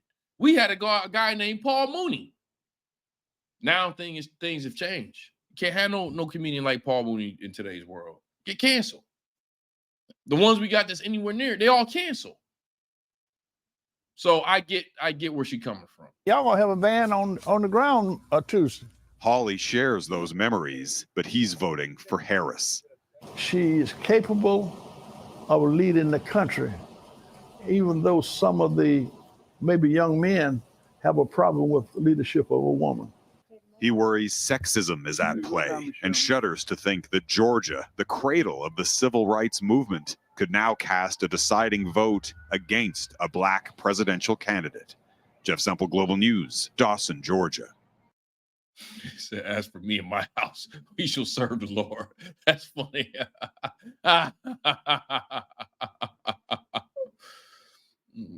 That's funny. Corey Holcomb is canceled. The cancel now ain't what cancel was back then.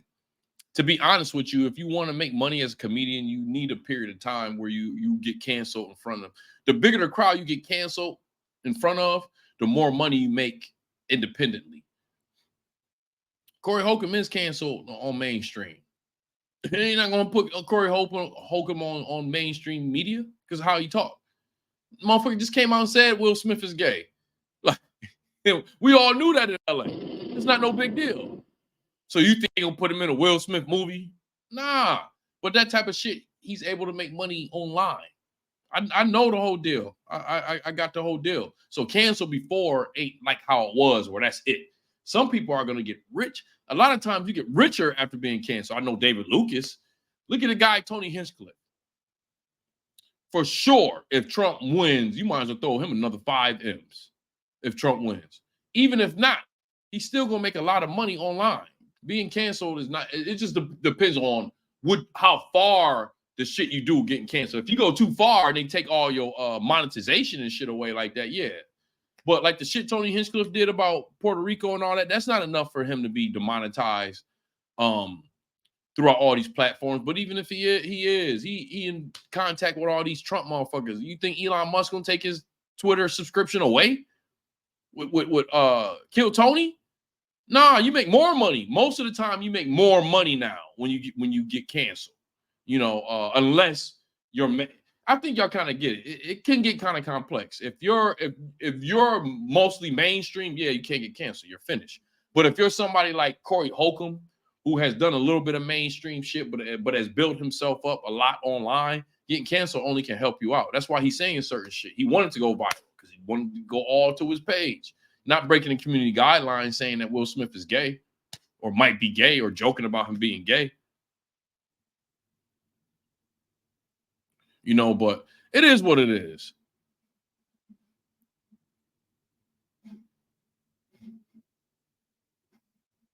Oh, I think we already watched that. Let me see. What have we not watched?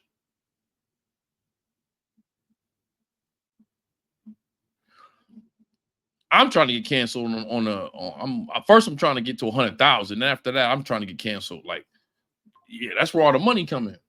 When you get canceled like that, trust me, that's when all the money come in.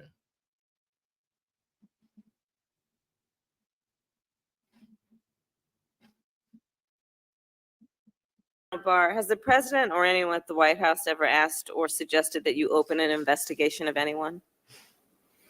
I wouldn't. Yes or no? Could you repeat that question? I will repeat it. Yeah. Has the president or anyone at the White House ever asked or suggested that you open an investigation of anyone? Yes or no, please, sir?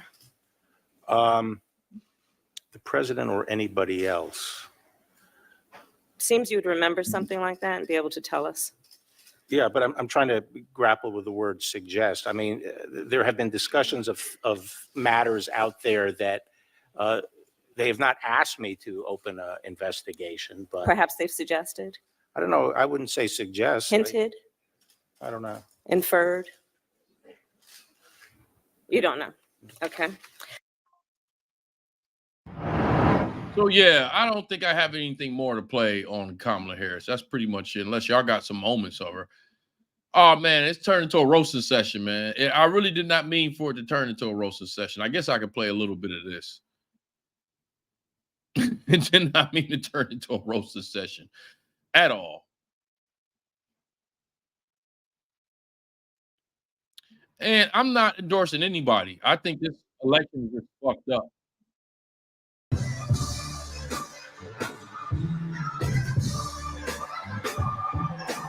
I don't care who wins. I've already lost. I don't care who wins. If Trump loses, it'll be more interesting. I ain't gonna lie.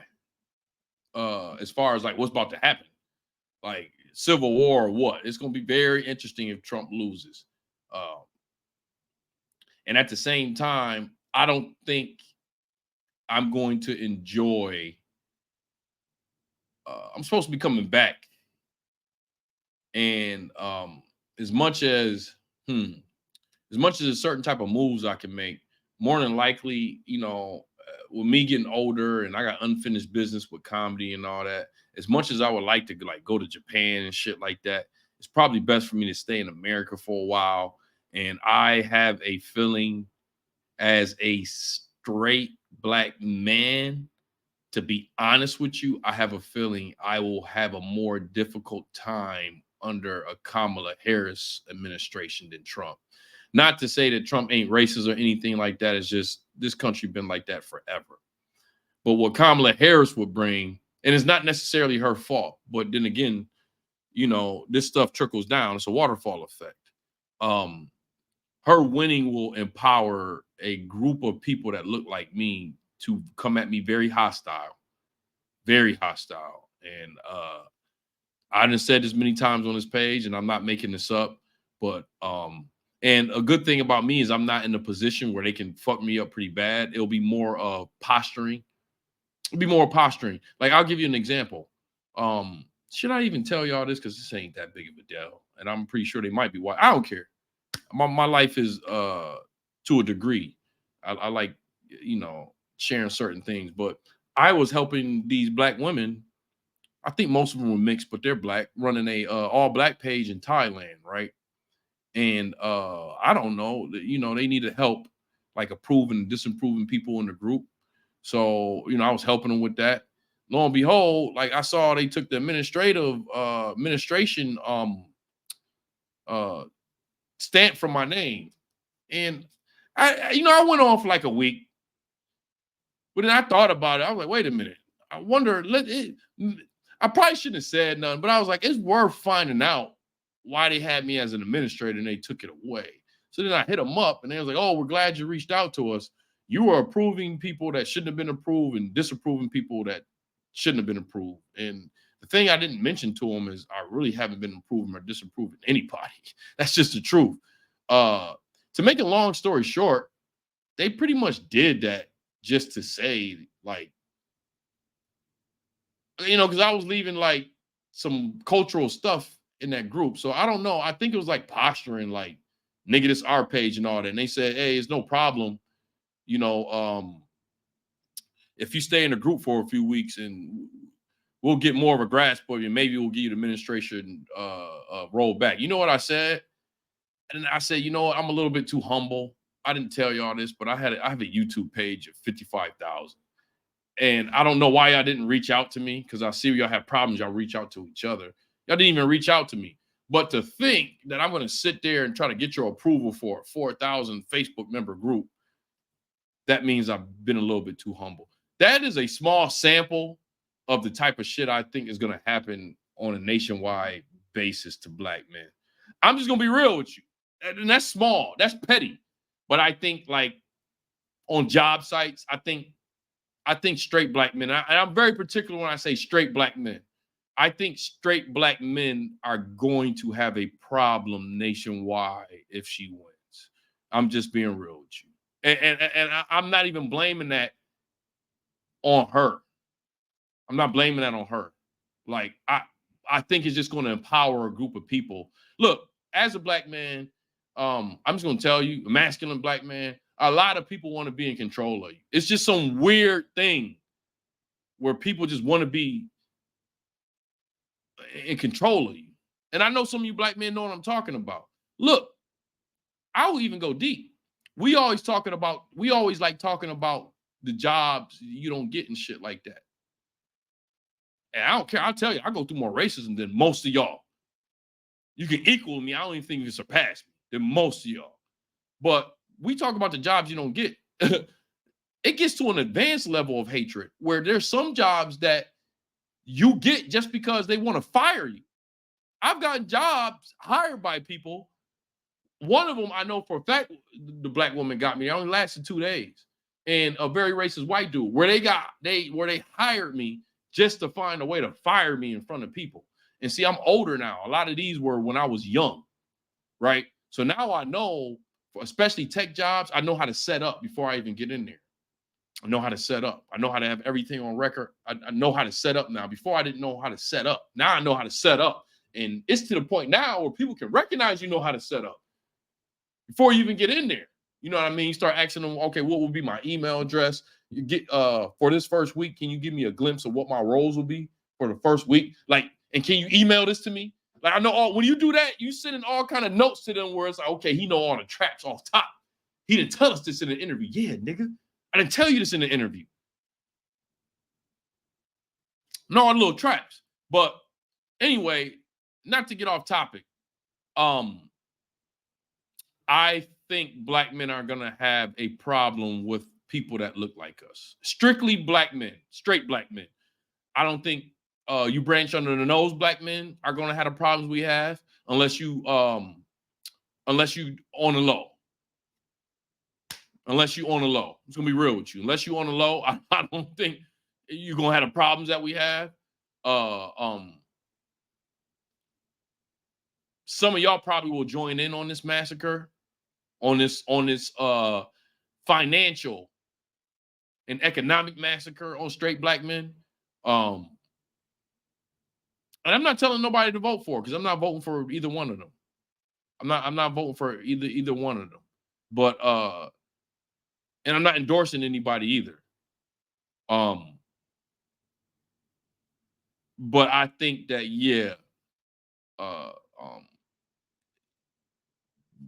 everybody gets a vote. It's up. Everybody, it's up to you who you want to vote for. I see huge problems with this whole Project 2025 thing with Trump. He keep trying to distance himself, and I'm gonna say something about that. I think the Democrats are trying to scare us because he couldn't pull off that 2020 Project 2025 shit. Even if he had the whole house, he wouldn't. I don't think the Republicans will let him pull that off. Even if he had not the whole house, the whole Congress, I don't think they will let him pull that off. I don't think he's gonna have the whole Congress. I think it's gonna be split. I don't think it's gonna be total Democrat or total Republican. And this is just me talking. I don't really know. We have to wait and see. But some of the shit he's saying, I don't even think the Republican Congress will let him pull off. Like Republicans are more than anybody. Republicans are very particular about the Constitution. They're like constitutional connoisseurs and shit. One of the last things I can see, especially mainstream Republicans like Mark Rubio and shit like that, one of the last things I can see is them is letting him get rid of the Constitution. That's just not gonna happen. So I believe that's a fear tactic they're trying to put in there. Even some of the shit he talking about taking away the Department of Education and all that. I don't think he's gonna have the power to do that. And I think if he won his whole presidency, he would just like how they fighting the shit of the student loan. It'd be the same shit.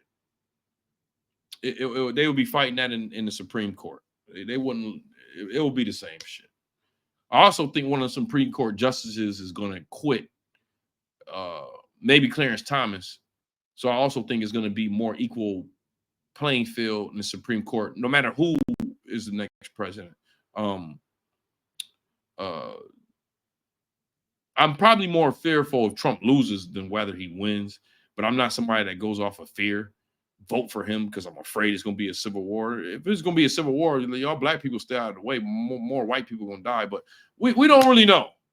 We don't really know. I know somebody tried to knock out a power grid. Hold on, let me see this before you go, because we talk about this shit all the time. They tried to knock out a power grid. I saw that today. Hold on.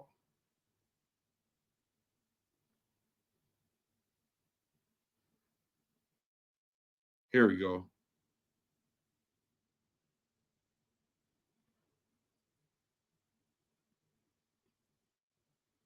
Yeah. Somebody tried to knock out a power grid in Nashville. Try to knock out the power grid. So it is what it is, but ladies and gentlemen, I'm not putting up no poll on this, but that is Kamala Harris, friend or foe. I'm gonna probably put this on my second page, Moxy Approved Live. Go ahead and follow. If you're not following, hold on. Let me see if I can find a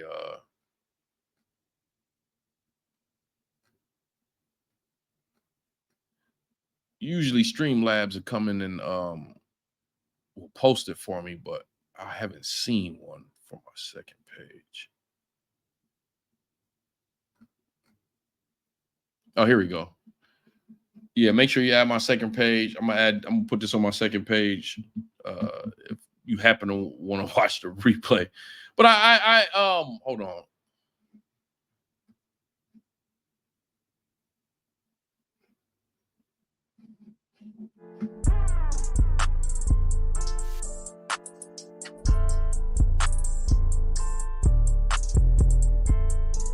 I had a lot of fun for this. It said foe. Yeah, I already know, man. That's why I put it up. But it's probably my fault, man. I tried to help her. It didn't work. It did not work, man.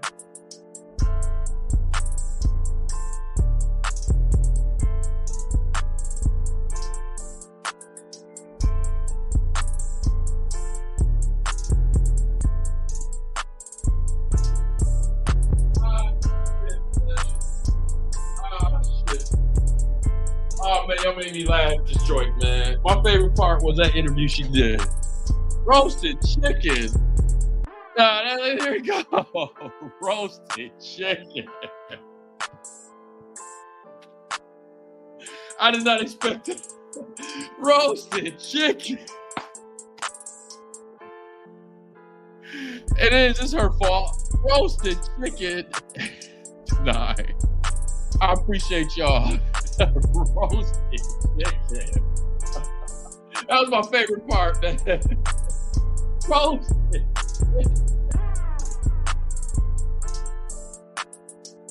Oh, she wasn't even trying to throw him to the wolves. She was trying to just give an interview.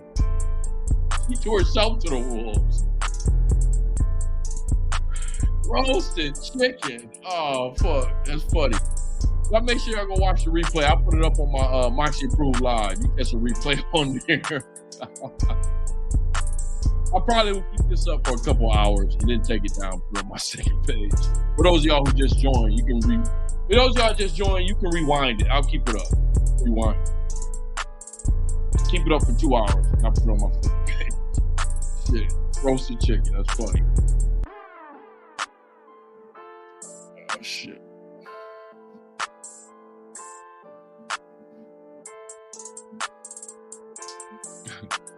No salt, no pepper, roasted chicken. That was funny. Roasted chicken. Well, anyways, you know how we like to end our videos over here at Moxy Approved, right? With that water. I'll see y'all here next time. Oh, Moxy Approved. You know I gotta end it like that. Roasted chicken.